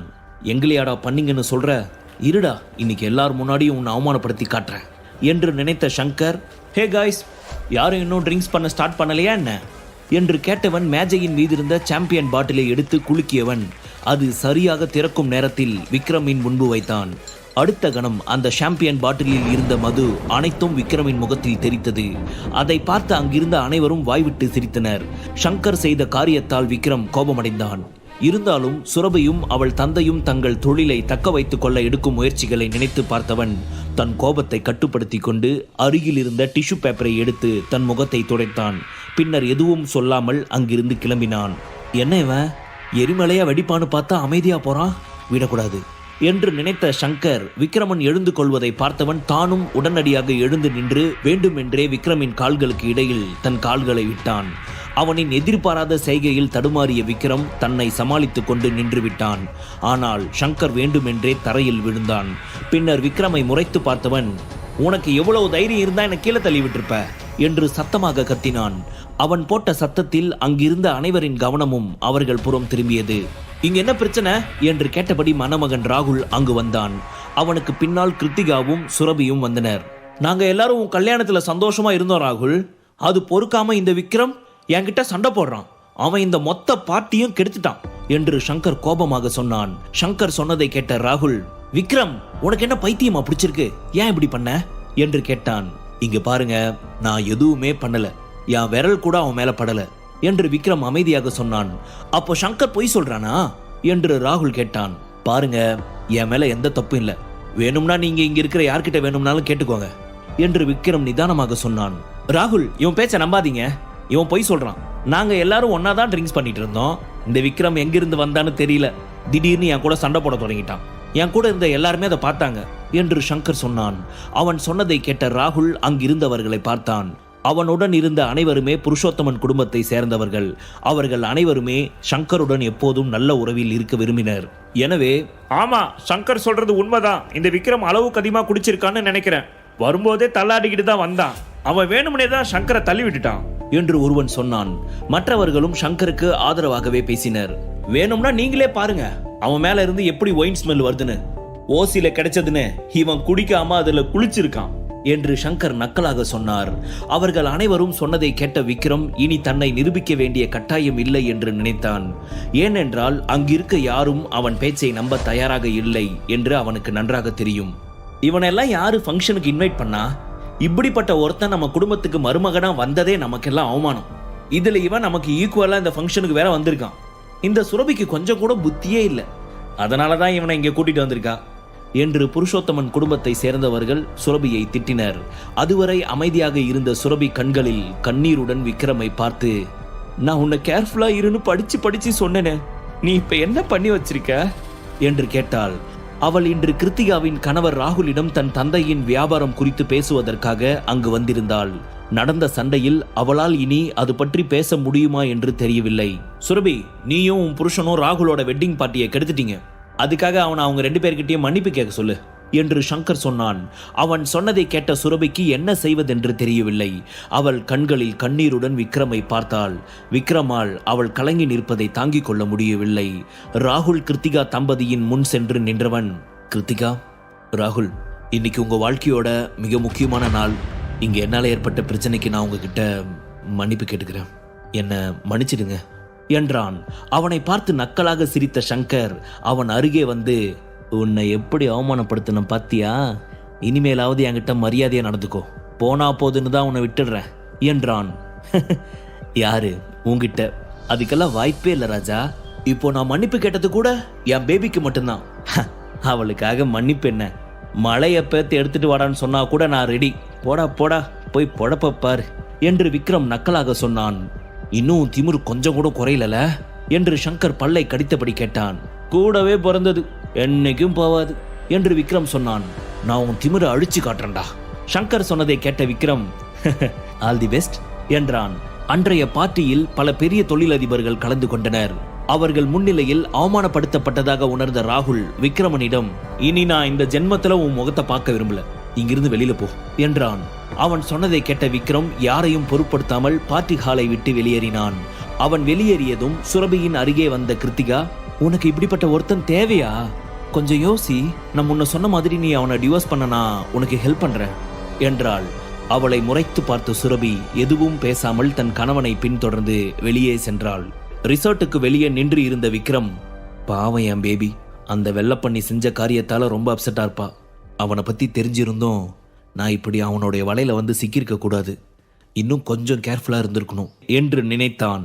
அப்போது அவன் அருகே வந்து நின்ற சுரபி, வா போலாம் என்றாள். அவள் சீக்கிரம் வந்ததை கண்டு ஆச்சரியம் அடைந்த விக்ரம், என்னாச்சு சுரபி? ஃபங்க்ஷன் இன்னும் முடியவே இல்லை, அதுக்குள்ள வந்துட்ட? ஓ, மாமனை அவமானப்படுத்தின இடத்துல இனி ஒரு நிமிஷம் கூட இருக்கக்கூடாதுன்னு வந்துட்டியா? உனக்கு தான் என் மேல எவ்வளவு லவ் சே என்றான். மண்ணாங்கட்டி, லவ்வும் இல்லை ஒரு மண்ணும் இல்லை என்று சுரபி பின்னர், எப்படி இருந்தாலும் நீ என் புருஷன் விக்ரம். உன்னை அவமானப்படுத்துறது என்னை அவமானப்படுத்துற மாதிரி தானே. என் சுயமரியாதையை விட்டுட்டு என்னால் அங்கே இருக்க முடியாது, அதனால தான் நான் வந்துட்டேன் என்று சொன்னாள். ஓகே பேபி, ஆனால் உன் அப்பாவோட பிஸ்னஸ் என்று அவன் கேட்டான். இப்போதைக்கு அதை பற்றி என்கிட்ட எந்த ஐடியாவும் இல்லை, வேற ஏதாவது தான் பிளான் பண்ணணும் என்று சுரபி சொன்னாள். சில நிமிடங்கள் கழித்து, ரொம்ப தேங்க்ஸ் விக்ரம், தப்பே பண்ணாமல் எனக்காக மன்னிப்பு கேட்டதுக்கு என்றாள். அது எப்படி பேபி அவ்வளோ உறுதியாக சொல்கிற? நானே கூட தப்பு பண்ணியிருக்கலாம் இல்லையா? இல்லை விக்ரம், நீ அதுக்கெல்லாம் சரிப்பட்டு வரமாட்டேன் என்று சுரபி கிண்டலாக சொன்னாள். என் மேலே உனக்கு அவ்வளவு நம்பிக்கையா பேபி என்று விக்ரம் ஆச்சரியத்துடன் கேட்டான். நிச்சயமா, ஏன்னா உனக்கு குடிக்கிற பழக்கம் இல்லைன்னு எனக்கு நல்லாவே தெரியும் என்று சுரபி ஆழ்ந்த குரலில் சொன்னாள். அதை கேட்ட விக்ரம் மகிழ்ச்சி அடைந்தான். என் பேபி என் மேல எவ்வளவு நம்பிக்கை வச்சிருக்கா, இவளுக்கு இனி எந்த கஷ்டமும் வராம நான் பார்த்துக்கணும், நிச்சயமா பார்த்துப்பேன் என்று விக்ரம் உள்ளுக்குள் சபதம் எடுத்தான். ஆனா நான் இப்படி சொல்றதால மாறிட்டேன்னு நினைக்காத. ஏற்கனவே உன்னை டிவோர்ஸ் பண்ண முடிவு பண்ணதுதான். எப்ப வேணும்னாலும் அது நடக்கும். ஆனா இந்த விஷயத்துல யாரும் என்னை இன்ஃப்ளூயன்ஸ் பண்றது என்னால அலோ பண்ண முடியாது என்று சுரபி விக்ரமன் முகத்தை பார்த்து சொன்னாள். அவளின் அந்த வார்த்தைகள் விக்ரமிடம் எந்த மாற்றத்தையும் ஏற்படுத்தவில்லை. மாறாக அவள் தன் மீது வைத்திருக்கும் நம்பிக்கையை நினைத்து அவன் மகிழ்ச்சியாக இருந்தான். பின்னர் அவர்கள் இருவரும் வீட்டிற்கு திரும்பினர். அவர்கள் இருவரும் வீட்டிற்கு வந்தபோது சுரபியின் பெற்றோர்கள் ரேணுகா தேவி மற்றும் சரவணன் இருவரும் வராண்டாவில் இருந்த சோஃபாவில் அமர்ந்திருந்தனர். தன் பெற்றோர்களை பார்த்த சுரபி, விக்ரம், இந்நேரம் அம்மா அப்பாவுக்கு பார்ட்டியில் நடந்த விஷயம் தெரிஞ்சிருக்கும், அதனால உன் மேலே செம்ம கோவத்தில் இருப்பாங்க. ஸோ அவங்க என்ன பேசினாலும் நீ அமைதியாரு என்றாள். இல்லைனா மட்டும் உங்கள் அம்மா எனக்கு ஆரத்தி எடுத்து வரவேற்க போகிறாங்களா என்ன? ப்ளீஸ் விக்ரம், ஆல்ரெடி இருக்கிற பிரச்சனை போதும், இதுக்கு மேலே என்னால் எதையும் ஹேண்டில் பண்ண முடியாது என்று சுரபி சோர்வான குரலில் சொன்னாள். கூல் பேபி, உன் அம்மா ஒரு கணத்தில் அடித்தா நான் மறு கணத்தை கூட காட்டுறேன், போதுமா என்று விக்ரம் அவளுடன் வீட்டிற்குள் நுழைந்தான். விக்ரமை பார்த்த அவன் மாமியார் ரேணுகா, எந்த முகத்தை வச்சுக்கிட்டு இந்த வீட்டுக்கு வந்த என்று கத்தினார். இந்த வீட்டுக்காக வர்றதுக்கு பிளாஸ்டிக் சர்ஜரி பண்ணி முகத்தையா மாத்திக்கிட்டு வர முடியும் மாமியார் என்று விக்ரம் கேட்டான். பாத்தியா என்கிட்டயே எப்படி பேசுறான்னு பாத்தியா என்று ரேணுகா சுரபியிடம் சொன்னார். விக்ரம் என்று சுரபி அவனை முறைத்தாள். ஏண்டா, பார்ட்டிக்கு எதுக்கு போனோம்னு உனக்கு தெரியும் தானே? அதுக்கப்புறமா அங்க போய் சங்கர் கிட்ட சண்டை போட்டிருக்க. உனக்கு கொஞ்சமாவது அறிவு இருக்கா? ஏற்கனவே அவங்கிட்ட இப்படி வம்பெழுத்து தான் இன்னைக்கு எங்களை இந்த நிலைமைக்கு கொண்டு வந்து விட்டுருக்க. இதுக்கப்புறமும் அடங்காம இருந்தா என்ன அர்த்தம் என்று ரேணுகா கோபமாக கேட்டார். பிராமிஸா நான் எதுவுமே பண்ணல மாமியாரே என்று விக்ரம் சொன்னான். உன்னை பத்தி எனக்கு தெரியாதா என்ன? ஏற்கனவே உன்னை கண்டா அவனுக்கு பிடிக்காது, இப்ப சண்டை வேற போட்டு தொலைச்சிருக்க. ஏண்டா ஏண்டா இப்படி பண்ற? அவனுக்கு என்ன பிடிக்கலன்னா நான் என்ன பண்ணுவேன் மாமியார்? எப்படி பிடிக்கும் சொல்லு? புருஷோத்தமன் குடும்பத்தோட மற்ற மருமகன்கள் எல்லாம் எவ்வளோ பணக்காரங்க, அவங்களே அவங்ககிட்ட அடங்கிதான் போவாங்க. ஆனா அன்னக்காவடி நீ எப்பவுமே அவனை எதிர்த்து பேசிட்டு தெரியுற, அப்புறம் எப்படி அவனுக்கு உன்னை பிடிக்கும்? உன்னோட இந்த வாயால தாண்டா என் குடும்பம் இன்னைக்கு இந்த நிலைமையில இருக்கு. எங்க குடும்ப தொழிலை காப்பாத்த என் பொண்ணு எவ்வளோ கஷ்டப்பட்டுட்டு இருக்கா. ஆனா நீ எல்லாத்தையும் பாழாக்கிட்ட. நீ எல்லாம் மனுஷனாடா? உன்னை சொல்லி என்ன பிரயோஜனம்? உன்னை மாதிரி ஒரு வீணா போனவனை என் பொண்ணு தலையில கட்டிட்டு போனானே அந்த பெரிய மனுஷன், எல்லாம் அந்த ஆள் பண்ண தப்பு. அன்னைக்கு அந்த ஆள் பண்ண தப்புக்கு இன்னைக்கு நாங்க அனுபவிக்கிறோம் என்று ரேணுகா வார்த்தைகளை தீயாய் உமிழ்ந்தார். அம்மா விடுங்கம்மா, அவங்களுக்கு நமக்கு உதவி பண்ற ஐடியா கொஞ்சம் கூட இல்ல. அதுக்கு விக்ரம காரணம் சொல்றாங்க. இப்ப எதுக்கு நீ விக்ரம தேவையில்லாம திட்டுற என்று சுரபி கேட்டாள். ஏண்டி உனக்கு கொஞ்சமாவது அறிவு இருக்கா? அவனுக்கு போய் சப்போர்ட் பண்ணி என்கிட்ட பேசிட்டு இருக்க. அவனால நீ எவ்வளவு அவமானப்பட்டிருக்க. இன்னைக்கு நம்மளோட இந்த நிலைமைக்கு காரணமே அவன் தாண்டி. அவன் என்னைக்கு நம்ம வாழ்க்கையில வந்தானோ அன்னைக்கே நமக்கு துரதிர்ஷ்டம் ஆரம்பிச்சிடுச்சு. இவன் என்னைக்கு நம்மளை விட்டு போய் தொலைறானோ அன்னைக்கு தான் நமக்கு நல்லது நடக்கும் என்று விக்ரமை முறைத்தபடி ரேணுகா கோபமாக சொன்னார். இதை கேட்ட சுரபி தன் தாயை ஆற்றாமையுடன் பார்த்தாள். சரவணனுக்கு என்ன சொல்வதென்று தெரியவில்லை. அதனால் அமைதியாக இருந்தார். மறுபுறம் அவர் திட்டுவதை பொருட்படுத்தாமல் விக்ரம் நேராக சமையல் அறைக்கு சென்றான். ரேணுகா தேவி அப்போதும் அவனை திட்டுவதை நிறுத்தவில்லை, தொடர்ந்து திட்டிக் கொண்டிருந்தார். ஆனாலும் அதை கண்டு கொள்ளாமல் அடுத்த சில நிமிடங்களில் சமைத்து முடித்தவன் அனைத்தையும் கொண்டு வந்து மேஜை மீது வைத்துவிட்டு, சாப்பிட நேரமாச்சு, எல்லாரும் வாங்க என்றான். பாருடி, நல்லா பாரு, நாம எவ்வளவு பெரிய பிரச்சனையில் இருக்கோம், அது எதை பத்தியும் கவலைப்படாம வந்து சாப்பிட சொல்றான். இவன் இதுக்கு மட்டும்தான் லாக்கி என்று ரேணுகா மீண்டும் சத்தம் போட்டார். சாப்பிடாம இருந்தா மட்டும் எந்த பிரச்சனையும் தீராது. அது மட்டும் இல்ல, உங்களுக்கு பிபி சுகர் 2 இருக்கு. அதனால நீங்க வேலைக்கு நேரத்துக்கு சாப்பிடணும். என்ன அப்புறமா திட்டலாம், வாங்க வந்து சாப்பிடுங்க என்று விக்ரம் அமைதியாக சொன்னான். அவன் சொன்னது உண்மை என்பதால் சுரபி ரேணுகாவை சமாதானப்படுத்தி சாப்பிட அழைத்து வந்தாள். சாப்பிட்டு முடித்த ரேணுகா, இங்க பாரு சுரபி, ஒழுங்கா சங்கர் சொல்றதை கேளு, சீக்கிரம் ஒரு முடிவெடு என்றார். சாப்பிடுவதை நிறுத்திவிட்டு தன் தாயை பார்த்த சுரபி, அம்மா, யாரோடைய வற்புறுத்தலுக்காகவும் என்னால விக்ரம டிவோர்ஸ் பண்ண முடியாது. அது என்னோட தனிப்பட்ட விஷயம். எப்ப என்ன பண்ணணும்னு எனக்கு நல்லா தெரியும். இனி நீங்க இதை பத்தி பேசவே கூடாது என்று கத்தினாள். ஏண்டி உனக்கு பைத்தியமா பிடிச்சிருக்கு? என்னைக்கா இருந்தாலும் அவனை டிவோர்ஸ் பண்ண தானே போற. அதை இப்பவே பண்ணி தொலைச்சா என்ன? இப்ப நாம என்ன நிலைமையில இருக்கோம்னு உனக்கு தெரியும் இல்லையா? இப்போதைக்கு நம்ம நிலைமை சரியாகணும்னா நீ அவனை டிவோர்ஸ் பண்றது மட்டும்தான் ஒரே வழி. உனக்கு ஏன் அது புரிய மாட்டேங்குது? ஏற்கனவே நீ இவனை கட்டி தொலைச்சதால நம்ம குடும்பத்துல இருக்கிற ஒருத்தரும் நம்மளை மதிக்க மாட்டாங்க. இப்போ இவனை டிவோர்ஸ் பண்ண மாட்டேன்னு பிடிவாதம் பிடிச்சா என்ன அர்த்தம்? தன் தாயை முறைத்து பார்த்த சுரபி அதற்கு மேல் சாப்பிட மனம் இல்லாமல் கையை கழுவி விட்டு எழுந்து சென்று விட்டாள்.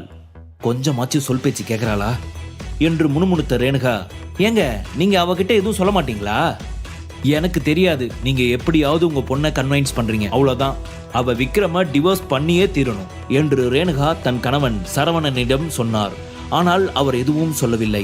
அவரின் அமைதியை கவனித்த ரேணுகா, உங்க பொண்ணு என்ன பேசியே கொல்றா, நீங்க பேசாமலேயே என்ன கொல்றீங்க என்றவரின் பார்வையில் சாப்பிட்டுக் கொண்டிருந்த விக்ரம் விழுந்தான். அவனை பார்த்ததும் அவரின் கோபம் மேலும் அதிகரித்தது. ஏண்டா இந்த பேச்சு பேசுறேனே, உனக்கு கொஞ்சமாவது வெக்கம், மானம், சூடு சொரணை ஏதாவது இருக்கா? என் பொண்ணை விட்டுட்டு தான் போய் தொலையன், நாங்களாவது நிம்மதியா இருப்போம் என்றவர் பின்னர் கையை கழுவி விட்டு அந்த இடத்தை விட்டு சென்று விட்டார். அவர் சொன்னதை கேட்ட விக்ரமின் கைகள் ஒரு நொடி உணவில் அலைந்தன. இந்த அம்மா திட்டுச்சேன்னு சாப்பிடாம இருந்தா வருஷம் முழுக்க பட்டினி தான் கிடக்கணும் விக்ரம். சோறா சொரணையான்னு வந்தா நமக்கு சோறு தான் முக்கியம் என்று தனக்குத்தானே முணுமுணுத்த விக்ரம் பின்னர் எதுவும் நடக்காதது போல தட்டில் இருந்த உணவை சாப்பிட்டு விட்டு அனைத்து பாத்திரங்களையும் எடுத்து சென்று கழுவி வைத்துவிட்டு தன் அறைக்கு சென்றான். தன் அறைக்குள் நுழைந்ததும் கட்டிலில் அமர்ந்து தியானம் செய்ய தொடங்கினான். பல ஆண்டுகளாக அவன் வளர்த்து கொண்ட நல்ல பழக்கம்தான் தினமும் தியானம் செய்வது. அதுதான் அவனுக்கு மன அமைதியை தருகிறது.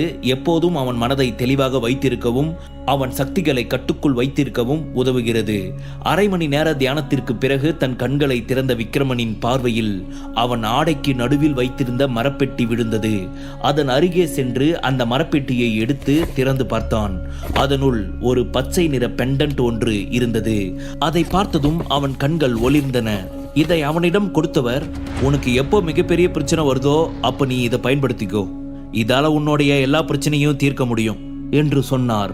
அதை நினைத்து பார்த்தவன், நாம ஏன் சுரபியோட பிரச்சனையை தீர்க்க இதை பயன்படுத்தக்கூடாது, பாவம் அவ, நிச்சயம் நம்மளால முடிஞ்சது பண்ணுவோம் என்று நினைத்தவன் சந்தோஷமாக தூங்கச் சென்றான்.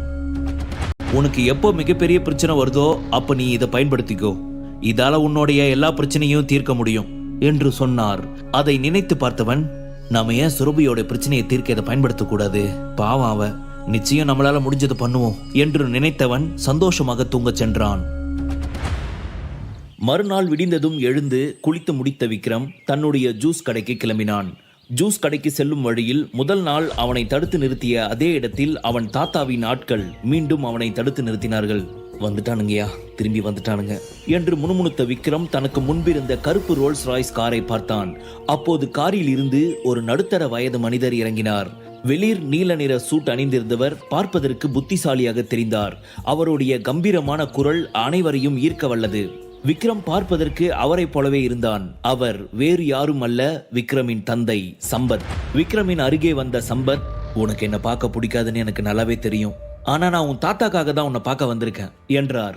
அவரை பார்த்தபடி தன் தாடையை தடவிய விக்ரம், அப்படியா, ஆனா நம்புற மாதிரியே இல்லையே, உங்களுக்கு தான் பொண்டாட்டி புள்ள அப்பான்னு எந்த சென்டிமெண்ட் இல்லையே, பணம் அதிகாரம் இதெல்லாம் தானே உங்களுக்கு ரொம்ப பிடிச்ச விஷயம், இப்ப என்ன புதுசா பையன் மேல பாசம் இருக்கிற அப்பா மாதிரி பேசுறீங்க என்றான். எப்படி கரெக்டா கண்டுபிடிச்சிட்டான், பயங்கர புத்திசாலியா இருப்பான் போலியே, இவன் எவ்வளவு புத்திசாலியா வேணா இருக்கட்டும், ஆனா இவனை எப்படியாவது கன்வின்ஸ் பண்ணி வீட்டுக்கு கூட்டிட்டு போயிடணும் என்று சம்பத் உள்ளுக்குள் நினைத்தார். எனவே தனது உள்நோக்கத்தை வெளிக்காட்டிக் கொள்ளாமல், ப்ளீஸ் விக்ரம், நான் சொல்றது ஒரே ஒரு நிமிஷம் கேளு, இது கூட நான் எனக்காக கேட்கல, உன் தாத்தாக்காக தான் கேட்கிறேன் என்றார். என்ன இன்னைக்கு பர்ஃபார்மன்ஸ் எல்லாம் பலமா இருக்கு, சரி இந்த ஆள் என்னதான் சொல்றான்னு கேட்போமே, நமக்கும் டைம் பாஸ் ஆன மாதிரி இருக்கும் என்று நினைத்த விக்ரம், சரி ஆனா 5 நிமிஷம் தான் உங்களுக்கு டைம், ஓகேவா என்றான். சரியாக 5 நிமிடம் கழித்து சம்பத்தும் விக்ரமும் அவன் ஜூஸ் கடையில் அமர்ந்திருந்தனர். நாற்காலியில் நன்றாக சாய்ந்து அமர்ந்த விக்ரம் தன் கைகள் இரண்டையும் பின்னால் போட்டபடி கால்களை நீட்டி அமர்ந்தவன், இப்படியே அமைதியா இருந்தா என்ன அர்த்தம், ஏதோ பேசணும்னு சொன்னீங்க, என்ன சொல்லணுமோ சொல்லிட்டு கிளம்பிட்டே இருங்க என்றான். விக்ரம், உனக்கு என் மேல எவ்வளவு கோபம் இருக்குன்னு எனக்கு நல்லாவே தெரியும், ஆனா அதே சமயம் உனக்கு உன் தாத்தாவை ரொம்ப பிடிக்கும்னு எனக்கு தெரியும். உன் தாத்தா கடந்த 2 வருஷமா ரொம்ப முடியாம இருக்காரு, அவரு உன்னை பார்க்கணும்னு ஆசைப்படுறாரு, அவர் உன்னை தன்னோட சொத்துக்கு வாரிசாக்கணும்னு நினைக்கிறாரு. உன் அத்தை 2 பேருக்கும் கல்யாணம் ஆகிடுச்சு, அவங்களுக்கு பொண்ணுங்க தான் இருக்காங்க, அதனால நம்ம மொத்த குடும்பத்துக்கும் ஒரே ஒரு வாரிசு நீ தான், அதனால ப்ளீஸ் உன் தாத்தா ஆசைப்படி நீ திரும்பி வரணும் என்று சம்பத் சொன்னார். நீ தான் ஒரே ஒரு வாரிசு என்று தனக்குத்தானே முணுமுணுத்த விக்ரம் வாய்விட்டு சிரித்தான். பின்னர் தன் அப்பாவின் முகத்தை உற்று பார்த்த அவன், இப்ப கூட நீங்க என் மேல இருக்கிற பாசத்துல வரல இல்லையா, உங்களோட ஒட்டுமொத்த சாம்ராஜ்யத்துக்கும் ஒரு வாரிசு வேணும்னு தான் என்னை தேடி வந்திருக்கீங்க, அப்படித்தானே என்று கேட்டான். அப்படியெல்லாம் எதுவும் இல்லை விக்ரம் என்று சம்பத் தடுமாற்றத்துடன் சொன்னார். உங்க தடுமாற்றத்திலேயே அதுதான் உண்மைன்னு நல்லா தெரியுது. ஒருவேளை உங்களுக்கு இன்னொரு பையன் இருந்தா இந்த விக்ரம் உங்களுக்கு தேவைப்பட்டிருக்க மாட்டல. ஐயோ விக்ரம், நீ இப்ப எதுக்கு பழச பத்தி பேசிக்கிட்டு இருக்க, அதனால எந்த யூஸும் இல்ல.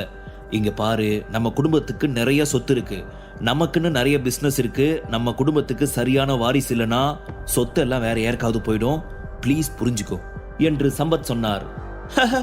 அப்படியா, போகட்டும், அது எதுக்கு என்கிட்ட வந்து சொல்றீங்க என்று விக்ரம் கிண்டலாக கேட்டான். ப்ளீஸ் விக்ரம், சுச்சுவேஷனை புரிஞ்சுக்கோ, உன்னுடைய அத்தைங்க 2 பேரும் சொத்தெல்லாம் தங்களுக்கு தான் வரணும்னு சண்டை போட்டுக்கிட்டு இருக்காங்க. அவங்க எனக்கு அக்கா தான், அவங்களுக்கு அதை கொடுக்கறதுல எனக்கு எந்த பிரச்சனையும் இல்லை, ஆனா அவங்க 2 பேருமே ஊதாரிங்க. இதெல்லாம் உன் தாத்தா கஷ்டப்பட்டு சம்பாதிச்ச சொத்து, இந்த சொத்து அவங்க கைக்கு போனா எல்லாத்தையும் அழிச்சிடுவாங்க, நீ அதை தான் விரும்புறியா என்று சம்பத் கேட்டார். சரி, அவங்க தான் ஊதாரிங்க, நீங்க இல்லையா, உங்களுக்கு தான் இந்த பணம் பதவி அதிகாரம்னா ரொம்ப பிடிக்குமே, பேசாம நீங்களே வாரிசு ஆயிடுங்க, ப்ராப்ளம் சால்வ், எதுக்காக இப்படி ஏன் உயிர் எடுத்துட்டு இருக்கீங்க? விக்ரம் சொன்னதை கேட்ட சம்பத், எனக்கு மட்டும் வயசாகலையா விக்ரம், இன்னும் எவ்வளவு நாளைக்கு என்னால எல்லா கம்பெனியும் பார்த்துக்கிட்டு இருக்க முடியும் சொல்லு, நீ தாண்டா என்னுடைய ஒரே வாரிசு, அதுக்காக தான் உங்ககிட்ட வந்து இப்படி கெஞ்சிக்கிட்டு இருக்கேன் என்று உணர்ச்சி பூர்வமாக சொன்னார். யாரு நீ, பையன் மேல உள்ள பாசத்துல இதெல்லாம் சொல்றேன்னு நான் நம்பணுமா என்று விக்ரம் நினைத்தான். ஆனால் எதுவும் சொல்லவில்லை. நீ ஆயிரக்கணக்கான கோடி சொத்துக்கு வாரிசு விக்ரம், நீ எதுக்கு வீட்டோட மாப்பிள்ளையா புருஷோத்தமன் குடும்பத்துல அவமானங்களை சந்திச்சுக்கிட்டு வாழணும்? நேத்து நைட்டு பார்ட்டியில நடந்த விஷயம் எல்லாம் எனக்கு தெரியும், உன் மேல தப்பு இல்லாத போது நீ எதுக்கு அவமானப்படணும்? அந்த ராகுலோடைய குடும்பமும் சங்கரோடைய குடும்பமும் உன் கால் தூசிக்கு பெறுவாங்களா? ஆனா அவங்க எல்லாம் உன்னை அவமானப்படுத்துறாங்க. இதுக்கெல்லாம் காரணம் என்ன? நீ இருக்க வேண்டிய இடத்துல இல்லாததுதான். நாம இருக்க வேண்டிய இடத்துல இருந்தாதான் நமக்கு மரியாதை கிடைக்கும் விக்ரம் என்று சம்பத் சொன்னார். சம்பத் தன்னை எமோஷனலாக அட்டாக் செய்ய விரும்புகிறார் என்பதை புரிந்து கொண்ட விக்ரம், சரி புரிஞ்சிருச்சு, சொல்ல வேண்டியதை சொல்லி முடிச்சிட்டீங்கன்னா கிளம்புங்க என்றான். அவர் சொன்னதை கேட்ட சம்பத்திற்கு கோபம் வந்தது. விக்ரம், உனக்கு புரிய மாட்டேங்குது. நீ சின்ன பையன், நீ இன்னும் ரொம்ப நாள் வாடணும். தேவையில்லாத கோபத்தால இந்த அந்தஸ்தையும் பணத்தையும் இழந்துடாத. இது இப்போ உன் கையை விட்டு போச்சுன்னா எப்பவுமே உனக்கு கிடைக்காது. இங்க பாரு, நீ என் மேல கோபமா இருக்க, என்ன வெறுக்கிற, என்ன உன் அப்பாவாவே கூட நினைக்கலன்னு எனக்கு நல்லாவே தெரியும். ஆனா நீ ஆதித்யா குடும்பத்துக்கு திரும்ப வரணும், அந்த குடும்பத்தோட வாரிசாகணும். இது உனக்கு கிடைச்ச ஒரு நல்ல வாய்ப்பு. நீ இப்ப எடுக்கிற முடிவால ஓவர் நைட்ல நீ கோடீஸ்வரன் ஆகலாம். ஆனா நீ ஏன் இவ்வளவு பிடிவாதம் பிடிக்கிறன்னு எனக்கு தெரியல என்று சம்பத் கத்தினார். எதுக்காக இப்ப இப்படி கத்துறீங்க? எப்பா, காது ஜவ்வு கிழிஞ்சிருச்சு என்று சொன்னபடி தன் சுண்டு விரலால் காதை குடைந்த விக்ரம் பின்னர், பாருங்க, எனக்கு உங்களோட சொத்து பணம் எதுவுமே தேவையில்லை. ஒருவேளை உங்க சொத்து தான் பெருசுன்னு நான் நினைச்சிருந்தா நீங்க என் அம்மாவை விவாகரத்து பண்ண அன்னைக்கே உங்க சொத்துல பாதிய ஜீவானம்சமா கேட்டு வாங்கியிருப்போம். அதெல்லாம் தேவையில்லைன்னு தானே நானும் எங்க அம்மாவும் உங்களை விட்டுட்டு ஒதுங்கி வந்தோம். இப்ப மட்டும் நான் அதுக்கு ஆசைப்படுவேனா என்ன? என்கிட்ட இருக்கிறதே எனக்கு போதும், நீங்க இப்ப கிளம்புங்க என்றான். விக்ரம், அன்னைக்கு நான் உனக்கும் உன் அம்மாவுக்கும் பண்ணது அநியாயமா தெரியலாம். ஆனா அந்த நேரத்துல என்னுடைய சுச்சுவேஷன்ல யாரா இருந்தாலும் அதை தான் பண்ணிருப்பாங்க. தன்னோட கையில இருக்கிற அதிகாரத்தை யாரும் எக்காரணம் கொண்டும் விட்டு கொடுக்க மாட்டாங்க. பவர்ஃபுல்லா இருக்கிறவங்களுக்கு தான் இந்த உலகத்துல மதிப்பு கிடைக்கும் விக்ரம். இப்போ நீ அந்த அதிகாரத்தை உன் கையில் எடுத்துக்க வேண்டிய நேரம் என்று சம்பத் சொன்னார். அவர் சொன்னதை கேட்ட விக்ரமிற்கு கோபம் வந்தது. இத்தனை வருடங்கள் ஆகியும் அவர் தான் செய்த தவறை உணராமல் தான் செய்தது சரி என்று வாதாடுகிறார். இனி அவரிடம் பேச ஒன்றுமில்லை என்று நினைத்த விக்ரம் தன் இருக்கையிலிருந்து எழுந்தவன், இங்க பாருங்க, என் தாத்தாக்கு உடம்பு முடியலன்னு சொன்னதுனால நான் அவரை பார்க்கறதுக்கு வரேன். ஆனா அதனால எல்லாம் அந்த வீட்டுக்கே நான் வந்துடுவேன், உங்க சொத்துக்கு வாரிசு ஆகிடுவேன்னு கனவு கூட காணாதீங்க. ஒருவேளை உங்க பையன் தான் நீங்க வாரிசாகணும்னு நினைச்சீங்கன்னா நான் உங்களுக்கு ஒரு சூப்பர் ஐடியா தரேன் என்ற விக்ரம் பின்னர் தன் அப்பாவை தலை முதல் கால் வரை பார்த்துவிட்டு, நீங்க இப்பவும் பார்க்க ரொம்ப அழகா தான் இருக்கீங்க. ஸோ இன்னொரு கல்யாணம் பண்ணிக்கிட்டு ஒரு பையனை பெற்றுக்கோங்க. அடுத்த 20 வருஷம் கழிச்சு அவன் சொத்துக்கு வாரிசாகிடுவான் என்றான். அவன் சொன்னதை கேட்டு பல்லை கடித்த சம்பத், திமிரு திமிரு, அப்படியே அம்மா மாதிரி உடம்பெல்லாம் திமிரு என்று முணுமுணுத்தவர், நான் சொல்ல வேண்டியதை சொல்லிட்டேன், ஃபைனல் டிசிஷன் உன்னோட இதுதான். ஆனா நீ மாறுவன்னு எனக்கு நம்பிக்கை இருக்கு விக்ரம் என்று சொன்னவர் அதற்கு மேல் அங்கு இருக்க விருப்பம் இல்லாமல் அங்கிருந்து புறப்பட்டார். விக்ரமும் தன் வேலையை பார்க்க ஆரம்பித்தான். கிருஷ்ணா குரூப் ஆஃப் இண்டஸ்ட்ரீஸ், அந்த கம்பெனிக்கு உரிமையாளரான கிருஷ்ணா குடும்பம் இந்தியாவில் பணக்கார குடும்பங்களில் ஒன்று. கிருஷ்ணா இண்டஸ்ட்ரீஸ் என்ற பெயரில் மிகப்பெரிய வர்த்தக சாம்ராஜ்யத்தை நிறுவி ஆசிய கண்டத்தின் முன்னணி வணிக குடும்பங்களில் முதல் வரிசையில் இருப்பவர்கள். 70 மாடி கட்டிடத்தில் அவர்களின் அலுவலகம் இயங்கி வந்தது. அதன் முன்பு வந்து நின்ற விக்ரம் அந்த கட்டிடத்தை பார்த்தான். பின்னர் கட்டிடத்திற்குள் நுழைந்து வரவேற்பறைக்கு சென்றான். அவனை பார்த்த ரிசப்ஷனிஸ்ட், சார், நீங்க யாரை பார்க்க வந்திருக்கீங்கன்னு நான் தெரிஞ்சுக்கலாமா என்று பணிவுடன் கேட்டாள். நான் உங்க மேனேஜிங் டைரக்டரை பார்க்க வந்திருக்கேன் என்று விக்ரம் சொன்னான். அவன் சொன்னதை கேட்ட ரிசப்ஷனிஸ்ட் அவனை மேலும் கீழும் பார்த்தார். என்ன இவன் பார்க்க சாதாரண ஆளு மாதிரி இருக்கான், ஆனா நம்ம மேனேஜிங் டைரக்டர் மீட் பண்ணணும்னு சொல்றான் என்று நினைத்த அந்த பெண், உங்ககிட்ட அப்பாயின்மெண்ட் இருக்கா என்று கேட்டாள்.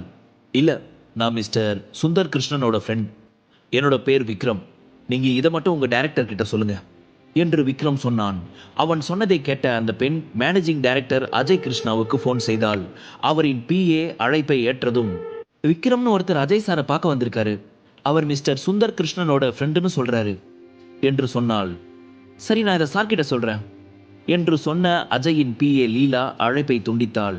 பின்னர் அஜயின் அருகே சென்று நின்றவள், சார், உங்களை பார்க்க யாரோ வந்திருக்காங்க, ரிசப்ஷன்ல வெயிட் பண்ணிட்டு இருக்காங்க, அப்பாயின்மெண்ட் இல்லை, ஆனா சுந்தர் கிருஷ்ணாவுடைய ஃப்ரெண்டுன்னு சொன்னாராம் என்றாள். லீலா சொன்னதை கேட்ட அஜய் மின்சாரம் தாக்கியது போல அதிர்ந்தான். அது அவன் தாத்தாவின் உண்மையான பெயர். அவனே தனது தாத்தாவை மிஸ்டர் கிருஷ்ணா என்றுதான் அனைவரிடமும் சொல்வான். அப்படி இருக்கும்போது சுந்தர் கிருஷ்ணா என்ற அவரின் முழு பெயர் யாருக்கு தெரிந்திருக்கும்? அந்த பெயர் வெகு சிலருக்கே தெரியும். எனவே அஜய் உடனடியாக, அவர் இமீடியட்டா என்னுடைய கேபினுக்கு வர சொல்லுங்க என்றான். அவன் சொன்னதை கேட்ட லீலா ரிசப்ஷனுக்கு அழைத்து விக்ரமை அஜயின் கேபினுக்கு அனுப்ப சொன்னாள். சிறிது நேரத்தில் அஜயின் கேபினுக்கு வந்த விக்ரம் அவனுக்கு முன்னால் இருந்த நாற்காலியில் அமர்ந்தான். நீங்க யாருன்னு நான் தெரிஞ்சுக்கலாமா என்று கேட்ட அஜய் தனக்கெதிரே இருந்த விக்ரமை எடை போட முயன்றான். அவனை பார்த்து புன்னகைத்த விக்ரம் தனது பாக்கெட்டில் இருந்த பச்சை நிற பெண்டன்ட் எடுத்து அஜய் முன்பு வைத்தான். அதை பார்த்த அஜய் ஆச்சரியமடைந்தான். அது கிருஷ்ணா குடும்பத்தின் உறுப்பினர்களை குறிக்கும் பெண்டன்ட். அந்த பெண்டன்ட் குடும்பத்தில் உள்ளவர்களின் முக்கியத்துவத்தை பிரதிபலிக்கிறது. அஜய் சிறு வயதில் தன் அப்பாவிடம் இப்படி ஒரு பெண்டன்ட் இருந்ததை பார்த்திருக்கிறான். அதன் பிறகு இப்போதுதான் மீண்டும் பார்க்கிறான். ஆனால் இந்த பெண்டன்ட் அந்த பெண்டன்ட்டை விட மதிப்பு மிக்கது. ஒரு நிமிஷம், நான் என்னுடைய ஃபேமிலி லாயருக்கு கால் பண்றேன், அவர் உங்ககிட்ட பேசுவாரு என்று சொன்ன அஜய் உடனடியாக தனது லாயர் ஜார்ஜுக்கு போன் செய்தார். 5 நிமிடங்களுக்கு பிறகு ஜார்ஜ் என்ற அந்த முதியவர் அவன் கேபிலுக்குள் நுழைந்தார். உள்ளே நுழையும் போதே அவர் விக்ரமை பார்த்து விட்டார். பின்னர் விக்ரமின் அருகில் இருந்த பெண்டன்ட்டை பார்த்தவர், உங்க பேர் என்னன்னு தெரிஞ்சுக்கலாமா என்று கேட்டார். விக்ரம், சன் ஆஃப் சரண்யா என்று சொன்ன விக்ரம் அவரை பார்த்து கூலாக சிரித்தான். அடுத்த கணம் லாயர் ஜார்ஜ் விக்ரமை தாக்கத் தொடங்கினார். அவர் இப்படி செய்வார் என்று விக்ரம் எதிர்பார்க்கவில்லை. விக்ரமின் ஒரு பார்வையில் அவர் கலரியில் வல்லவர் என்று அறிந்து கொண்டான். ஜார்ஜுக்கு மனதில் பெண்டன்ட் குறித்து சந்தேகம் இருந்தது. ஒருவேளை விக்ரமுக்கு பெண்டன்ட் தற்செயலாக கிடைத்திருக்கலாம் என்று நம்பினார் அவர். எனவேதான் இந்த சண்டை. பெண்டன்ட்டை வைத்திருக்கும் யாராக இருந்தாலும் அவர் சகல கலா வல்லவனாக இருப்பான் என்று ஜார்ஜுக்கு தெரியும். விக்ரம் பார்க்க அமைதியாக இருந்தாலும் அவன் ஒரு எரிமலை என்று அவருக்கு தெரியவில்லை. ஜார்ஜ் அருகே வர விக்ரம் 2 நகர்வில் ஜார்ஜை மடக்கி பிடித்தான். ஜார்ஜ் உடலில் ஏதோ ஒரு இடத்தில் கை வைக்க ஜார்ஜ் தனது பலம் முழுவதையும் இழந்து விட்டார். அவரை பார்த்து கூலாக புன்னகைத்த விக்ரம் தன் நாற்காலியில் அமர்ந்தான். ஐ எம் சாரி விக்ரம், நீங்க உண்மையாவே சுந்தர் கிருஷ்ணாவோட சீடன் தான். நான் உங்களுக்கு என்ன பண்ணணும்னு சொல்லுங்க. உங்ககிட்ட இந்த பெண்டன்ட் இருக்கிறதால இப்போ நீங்க விரும்பினா இந்த சொத்துக்கள் எல்லாத்துக்கும் அதிபதி ஆகலாம் என்று ஜார்ஜ் சொன்னார். அடக்கடவுளே, இங்கேயுமா எல்லாரும் எவ்வளவோ கஷ்டப்பட்டு பணம் சம்பாதிக்க போராடுறாங்க.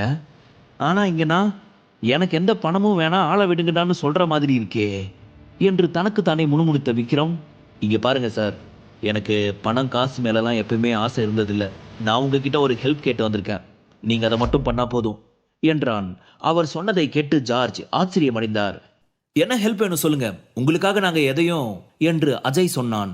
ஒண்ணுமில்ல, இமயமலை இருக்க இடம் எனக்கு பிடிக்கல, அதை இடமாத்தி வைக்கணும், நாளைக்கே அதை இடமாத்திறீங்களா என்று தீவிரமான குரலில் விக்ரம் கேட்டான்.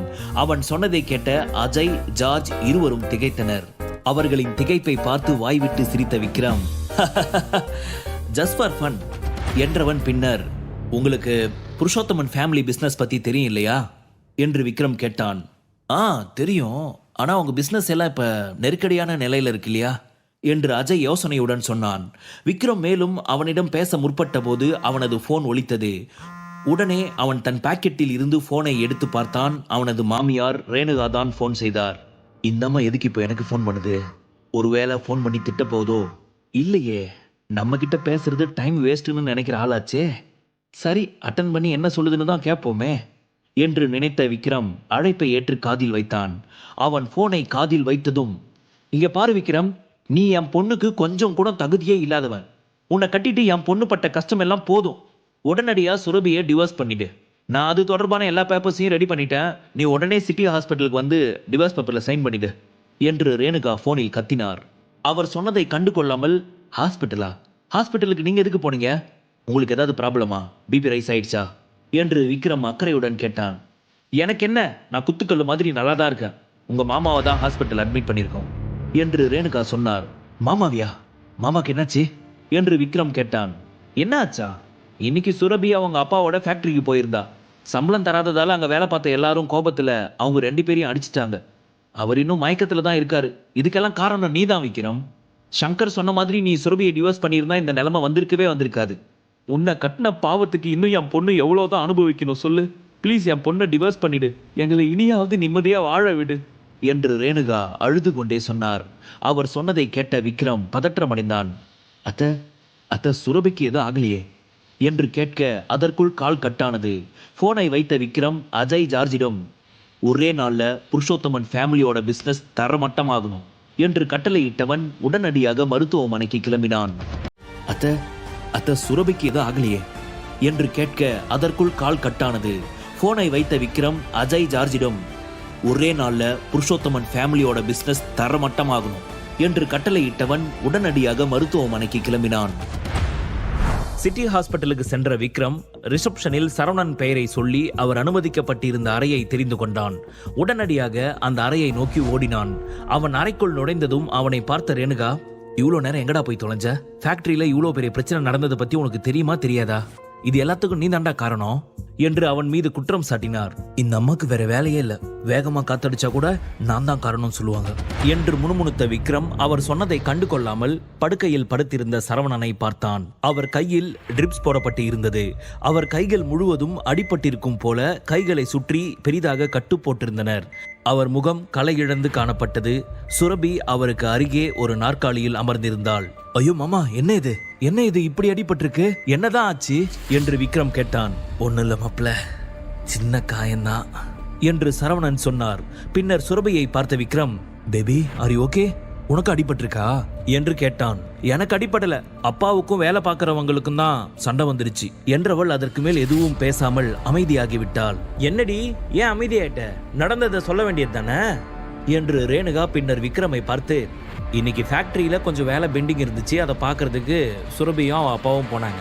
3 மாசமா சம்பளம் கொடுக்காததால வேலை பார்க்குற சில பேர் போராட்டம் பண்ண தொடங்கிட்டாங்க. உடனே சம்பளத்தை செட்டில் பண்ணணும்னு சொல்லி பிரச்சனை பண்ண ஆரம்பிச்சிட்டாங்க. அப்ப சுரபி அப்பாவுக்கும் அவங்களுக்கும் கைகலப்பு ஆயிடுச்சு. இது எல்லாத்துக்கும் யார் காரணம் தெரியுமா? நீ தாண்டா காரணம். உன்னாலதான் சங்கர் எங்களுக்கு இவ்வளவு பிரச்சனை கொடுக்குறான். உன்னாலதான் நாங்க இன்னைக்கு இந்த நிலைமையில நிக்கிறோம். இப்ப எங்க ஃபேக்டரி வீடுன்னு எல்லாமே எங்க கையை விட்டு போக போகுது. இது எல்லாத்துக்கும் காரணம் நீ தான். உன்ன மாதிரி ஒரு வாய்க்கொழுப்பெடுத்தவனை என் பொண்ணுக்கு கல்யாணம் பண்ணி கொடுத்தோம் பாரு, அதுதான் காரணம். அவர் சொன்னதை கேட்ட விக்ரம் கோபமடைந்தான். அவர் தன்னை திட்டியதற்காக அல்ல, சங்கர் தன்னையும் தன் குடும்பத்தையும் வேண்டுமென்றே பழி வாங்குகிறான் என்பதை புரிந்து கொண்டதால். இங்க பாரு, இப்ப ஒன்னும் கெட்டு போகல, தயவு செஞ்சு எங்க மேல கருணை காட்டி இந்த டிவோர்ஸ் பேப்பர்ல கையெழுத்து போட்டுடு. அதுக்கப்புறம் சங்கர் கையில காலில் விழுந்தாவது நான் அவங்க கிட்ட உதவி வாங்கிக்கிறேன் என்று ரேணுகா கெஞ்சலாக சொன்னார். போதும் நிறுத்து ரேணுகா, தேவையில்லாம மாப்பிள்ளைய குத்தம் சொல்லாத. அவர் என்ன தப்பு பண்ணாரு? நடந்த எல்லாத்துக்கும் நான் தான் காரணம். உண்மையில எனக்கு தான் திறமை இல்லை, என்னாலதான் ஒழுங்கா பிசினஸ் நடத்த முடியல. நம்ம குடும்பத்தை சந்தி சிரிக்க வைக்கணும்னு அந்த சங்கர் வேணும்னு இப்படி எல்லாம் பண்ணிட்டு இருக்கான். அதுக்கு அவன் நம்ம மாப்பிள்ளைய சாக்கு சொல்றான், அவ்வளவுதான். இப்ப என்ன, அவனுக்கு நம்ம ஃபேக்டரியும் வீடும் வேணுமா? அதெல்லாம் அவனே எடுத்துக்கிட்டோம். நாம நம்ம மாப்பிள்ளையும் பொண்ணையும் கூட்டிக்கிட்டு இந்த ஊரை விட்டு எங்கேயாவது போலாம் என்று சரவணன் கோபமாக சொன்னார். சரவணன் இதுவரை இவ்வளவு கோபமாக பேசியதில்லை. எனவே ரேணுகா அமைதியானார். எல்லாரும் இங்கதான் இருக்கீங்களா? ஓஹோ, நீயும் இங்கதான் இருக்கியா விக்ரம்? ஆனா எந்த முகத்தை வச்சுக்கிட்டு நீ இங்க இருக்க என்று அறைக்கு வெளியே இருந்து ஒரு குரல் கேட்டது. அந்த குரலை கேட்டதும் அனைவரும் திரும்பி பார்த்தார்கள். அப்போது சங்கர் 2 ஆட்களுடன் அந்த அறைக்குள் நுழைந்தான். வந்துட்டான் வெள்ள பண்ணி. ஏற்கனவே இந்த அம்மா சாமி ஆடிட்டு இருக்கு, இதுல இவன் கூட சேர்ந்து வேப்பல அடிப்பானே, இன்னைக்கு என் காதுல இருந்து ரத்தம் வரப்போறது உறுதி என்று விக்ரம் முணுமுணுத்தான். அறைக்குள் நுழைந்த சங்கர், சித்தப்பா இப்போ இவன் எதுக்கு இங்க வந்தான்? உங்களுக்கு உதவி தேவைப்படுற நேரத்துல வராம எந்த முகத்தை வச்சுக்கிட்டு இப்போ இங்க வந்திருக்கான்? நான் மட்டும் சரியான நேரத்துல வராம இருந்திருந்தா ஃபேக்டரியில வேலை பார்க்குற எல்லாரும் உங்களை அடிச்சே கொண்டு இருப்பாங்க.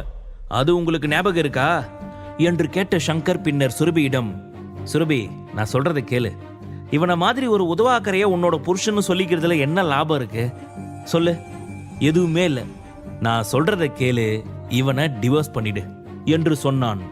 போதும் சங்கர், இப்படி டிராமா போடுறத முதல்ல நிறுத்தியா? இதுக்கெல்லாம் காரணம் நீதான்னு எனக்கு நல்லாவே தெரியும் என்று சுரபி கோபமாக சொன்னார்.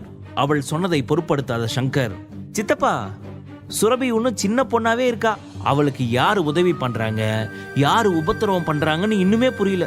சரி விடுங்க, நான் உங்க கடனை எல்லாம் அடைச்சிடுறேன், அது என்னோட பொறுப்பு. என்னால முடிஞ்ச உதவியை நான் உங்களுக்கு கண்டிப்பா செய்றேன், உங்களை விட்டுட மாட்டேன் சித்தப்பா. அப்புறம் இன்னொரு விஷயம், உங்களுக்கு கோவிந்தா குடும்பத்தை சேர்ந்த விஷ்ணு கோவிந்தா தெரியும் தானே?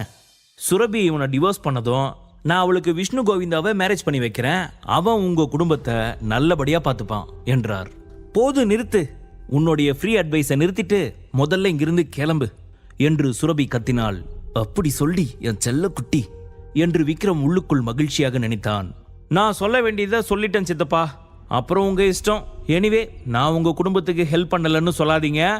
நான் மனசு வச்சா உங்களுக்கு வேண்டிய பணம் நாளைக்கே உங்க கைக்கு வந்து சேரும். இல்லனா நீங்க எல்லாத்தையும் இழந்துட்டு நடுத்தெருவுல தான் நிக்கணும். ஏன்னா கடங்காரங்க உங்களை சும்மா விட மாட்டாங்க இல்லையா என்று சங்கர் மிரட்டலாக சொன்னான். அதை பத்தி நீங்க ஒன்றும் கவலைப்பட வேண்டியதே இல்லை. எங்க வீடு பிசினஸ் எல்லாத்தையும் அடமானம் வச்சு நாங்க எங்க கடன் எல்லாத்தையும் அடைச்சிப்போம், நீ உன் வேலையை பாரு என்று சுரபி சொன்னாள். நீ ரொம்ப அப்பாவியா இருக்க சுரபி. உங்க வீடு அப்புறம் உன் அப்பாவுடைய பிஸ்னஸ் எல்லாத்தையும் அடகு வச்சா கூட உங்க கடனை அடைக்க முடியாது. அது மட்டும் இல்ல, உங்க கம்பெனியில வேலை பார்க்குறவங்களுக்கு நீங்க 3 மாசம் சம்பளம் கொடுக்கல. அவங்க ஒரு கேஸ் கொடுத்தா போதும், உங்க அப்பா அப்புறம் ஜெயிலுக்கு தான் போகணும். அவன் மேலே சொல்லவிருந்த போது அவனை தடுத்து நிறுத்திய சுரபி, போது நிறுத்து என்றாள். என்ன சுரபி, கேட்கவே பயமா இருக்கா? ஆனா பிசினஸ்ல இதெல்லாம் ரொம்ப சகஜம். நினைச்சா இப்போ இந்த நிமிஷம் உங்க குடும்பத்தை நடுத்தெருவுல நிறுத்த முடியும். அதனால நான் சொன்னதை பத்தி யோசி. இன்னும் உனக்கு டைம் இருக்கு. ஒழுங்கா நான் சொன்ன மாதிரி உன் புருஷனை டிவோர்ஸ் பண்ணிட்டு நான் சொல்றவனை கல்யாணம் பண்ணிக்கோ. நீ அப்படி பண்ணா உங்களோட மொத்த கடனை அடைக்கிறது மட்டும் இல்லாம உங்க பிசினஸ்க்கு நான் ஹெல்ப் பண்றேன். என்ன சொல்ற என்று சங்கர் கேட்டான். அதே நேரம் விக்ரம் நடப்பதை எல்லாம் அமைதியாக பார்த்து கொண்டிருந்தான். அவன் எதிலும் தலையிடவில்லை. விக்ரம் அமைதியாக இருப்பதை பார்த்த சங்கர், டேய் உனக்கெல்லாம் கொஞ்சமாவது இருக்கா? பேபி பேபின்னு என் தங்கச்சி மேல அவ்வளவு லவ் இருக்க மாதிரி அந்த உருகுவ உன்னுடைய லவ் உண்மையா இருந்தா ஒழுங்கா அவளை டிவோர்ஸ் பண்ணிடு. அவன் நடுத்தெருவுல நிக்க நீயே காரணமாயிடாத என்றான். டே வெள்ள பண்ணி, நீ சும்மா இருந்தாவே உன் தங்கச்சி எப்பவோ என்ன டிவோர்ஸ் பண்ணிருப்பாடா. நீயும் அவ அம்மாவும் டிவோர்ஸ் பண்ணுன்னு சொல்லி டார்ச்சர் பண்ணதுல இப்போ அவ என்ன டிவோர்ஸ் பண்ண மாட்டேன்னு முறுக்கிட்டு நிக்கிறாடா. இது தெரியாம என்கிட்டயே வந்து என் செல்லத்தை டிவோர்ஸ் பண்ண சொல்றியா? இன்னைக்கு இருக்குடா உனக்கு என்று நினைத்த விக்ரம் சங்கரின் கையை பிடித்து முறுக்கினான். அவன் கையை முறுக்கியதால் சங்கர் வழியில் துடிக்க தொடங்கினான். டே டே டே வலிக்குதுடா, கைவிடுடா. எவ்வளவு தைரியம் தான் என் கையை முறுக்கியிருப்ப என்று சங்கர் கோபமாக கத்தினான். ஆனால் விக்ரம் அவனை விடவில்லை. என்கிட்ட வச்சிக்காதன்னு எத்தனை முறை சொல்லியிருப்பேன். திரும்ப திரும்ப எதுக்கு என்கிட்ட வம்புக்கு வர? ஏதாவது பேசி தொலையான்னு நான் பாட்டுன்னு சும்மா தானே நின்றுட்டு இருந்தேன். எதுக்கு வாண்டடா வந்து வண்டியில் ஏறுற என்று விக்ரம் மேலும் மேலும் கையை முறுக்கினான். சங்கர் வழியில் துடித்தான். அதை பார்த்து அங்கிருந்த அனைவரும் அதிர்ச்சி அடைந்தனர். டே டே விடுடா, வலிக்குதுடா, என் கையை விடுடா என்று சங்கர் வழியில் கதறினான். இனி என்னையோ என் பேபியோ தொல்லை பண்ணன்னு வச்சுக்கோயேன். இன்னைக்கு கையை முறுக்குனதோட விட்டுட்டேன், ஆனா அடுத்த முறை கழுத்தை முறுக்கிடுவேன், பார்த்துக்க என்று விக்ரம் சங்கரை பிடித்து தள்ளிவிட்டான். விக்ரம் முறுக்கியதில் சங்கருக்கு இன்னும் கை வலித்தது. தன் கையை தடவியபடி அவனை முறைத்து பார்த்தவன், டேய் எவ்வளவு தைரியம் இருந்திருந்தா என் கையவே முறுக்கியிருப்ப. நான் உன்னை சும்மா விட மாட்டேன்டா. ஏன்டா இந்த பூமியில பிறந்தோம்னு நீ வருத்தப்படுற மாதிரி பண்ணல? என் பேர் சங்கர் இல்ல என்றான். சரி, உடனே ஒரு நல்ல பேரை சூஸ் பண்ணி வச்சுக்கோ, கூடிய சீக்கிரம் தேவைப்படும் என்று விக்ரம் நக்கலாக சொன்னான். என்னடா திமிரா? என் கையை பிடிச்சி முறுக்கிட்டா நீ பெரிய ஆள் ஆயிடுவியா? உன்னால என் சித்தப்பாவோடைய பிசினஸை காப்பாற்ற முடியுமா?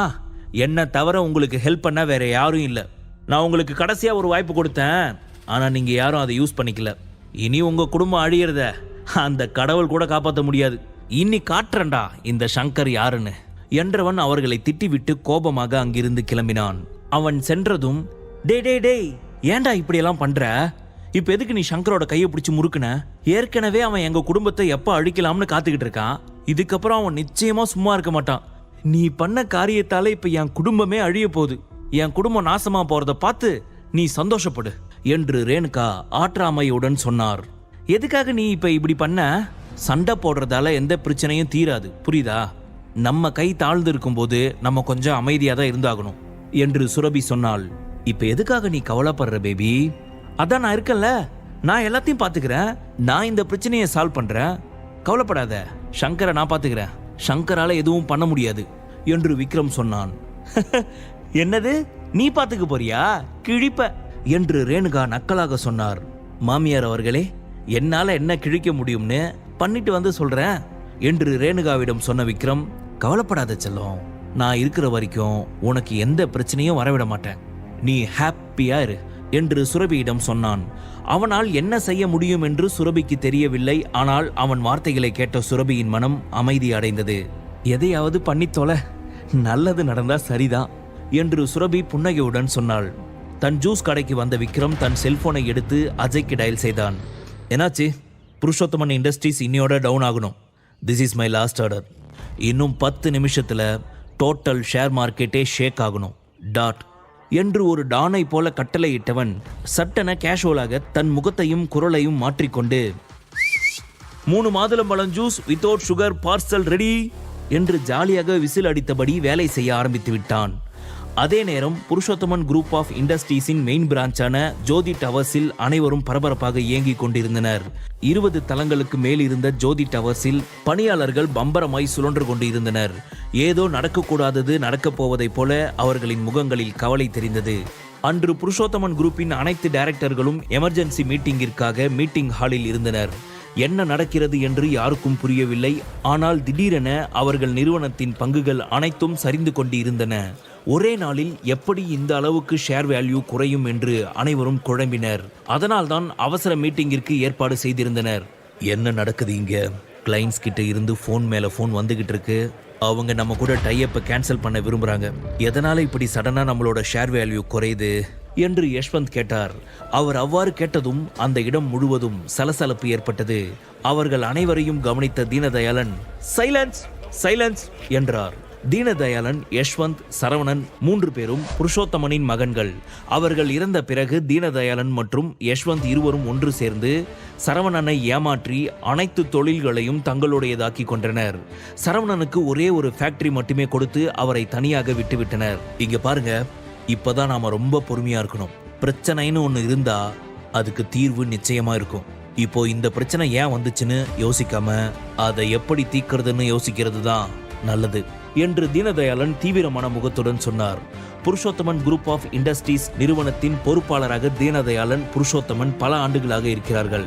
ஆனால் இப்படி ஒரு நிலையை இதற்கு முன்பு அவர்கள் பார்த்ததில்லை. அப்போது அவரின் செயலாளர் சில பேப்பர்களை எடுத்துக்கொண்டு கான்ஃபரன்ஸ் ஹாலுக்கு வந்தார். அவரை பார்த்த தீனதயாளன், சொல்லுங்க செக்ரட்டரி, இன்னைக்கு எத்தனை பேர் தங்களோட ஷேர்ஸ் வித்திருக்காங்க? இதனால நம்ம கம்பெனிக்கு எவ்வளவு நஷ்டம் என்று கேட்டார். அந்த பேப்பர்களை எல்லாம் பார்த்த செக்ரட்டரி, இன்னைக்கு கம்பெனி ஷேர் வேல்யூ 50% சரிஞ்சு போச்சு. அதனால ஷேர் ஹோல்டர்ஸ் எல்லாம் பயந்து போய் உடனே தங்களோட ஷேர்களை வித்துட்டாங்க. அது மட்டும் இல்லாம 12க்கும் மேற்பட்ட நம்மளுடைய தங்க கடைகளை மூடிட்டாங்க. இன்னைக்கு அசோசியேஷன் ஆஃப் ஜுவல்லரி காமர்ஸ் அப்புறம் ஜெனரல் சேம்பர் ஆஃப் காமர்ஸ் உட்பட 20 கம்பெனிஸ் இனி நம்ம கம்பெனியோட டிராவல் பண்ண முடியாதுன்னு பகிரங்கமா அறிவிச்சிட்டாங்க. அதனால வேற நம்ம கம்பெனியோட ஷேர் வேல்யூ இன்னும் அதிகமா குறைஞ்சிடுச்சு என்று சொன்னார். அதை கேட்ட அங்கிருந்த அனைவரும் அதிர்ச்சி அடைந்தனர். என்ன நடக்குது இங்க? இவர் என்ன சொல்றாரு? மிஸ்டர் யஷ்வந்த், நம்ம ஷேர்ல வேல்யூ இன்க்ரீஸ் ஆகும்னு நேத்து நீங்க தான் சொன்னீங்க. ஆனா இப்ப ஷேர்ஸ் வேல்யூ ரொம்ப குறைஞ்சிக்கிட்டே போகுது.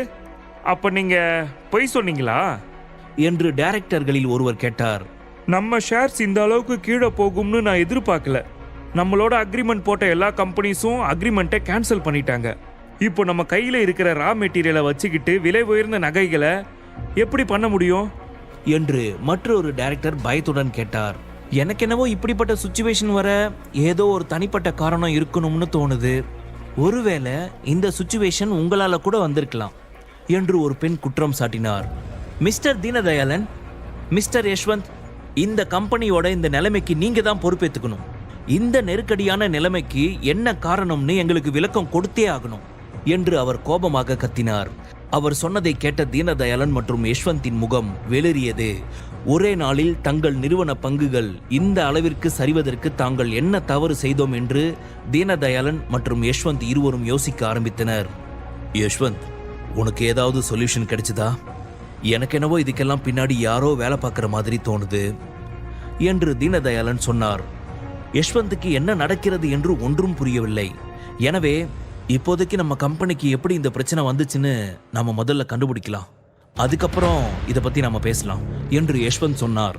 அவர் சொன்னதை கேட்டு யார் இந்த பிரச்சனையை ஏற்படுத்தினார்கள், புருஷோத்தமன் குழுமத்தை திவால் நிலைக்கு கொண்டு செல்லும் சக்தி யாருக்கு இருக்கிறது என்று மற்ற டைரக்டர்கள் யோசிக்க தொடங்கினர். ஆனால் அவர்களாலும் ஒரு முடிவுக்கு வர முடியவில்லை.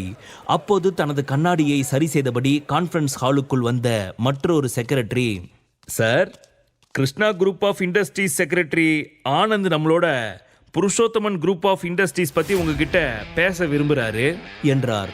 கிருஷ்ணா குரூப் ஆஃப் இண்டஸ்ட்ரீஸ் என்ற பெயரை கேட்டதும் அங்கிருந்த அனைவரும் அதிர்ச்சி அடைந்தனர். முழு கதையையும் கேட்டு மகிழ பாக்கெட் FM ஆப்பை டவுன்லோட் செய்யுங்கள். லிங்க் டிஸ்கிரிப்ஷனில் கொடுக்கப்பட்டுள்ளது.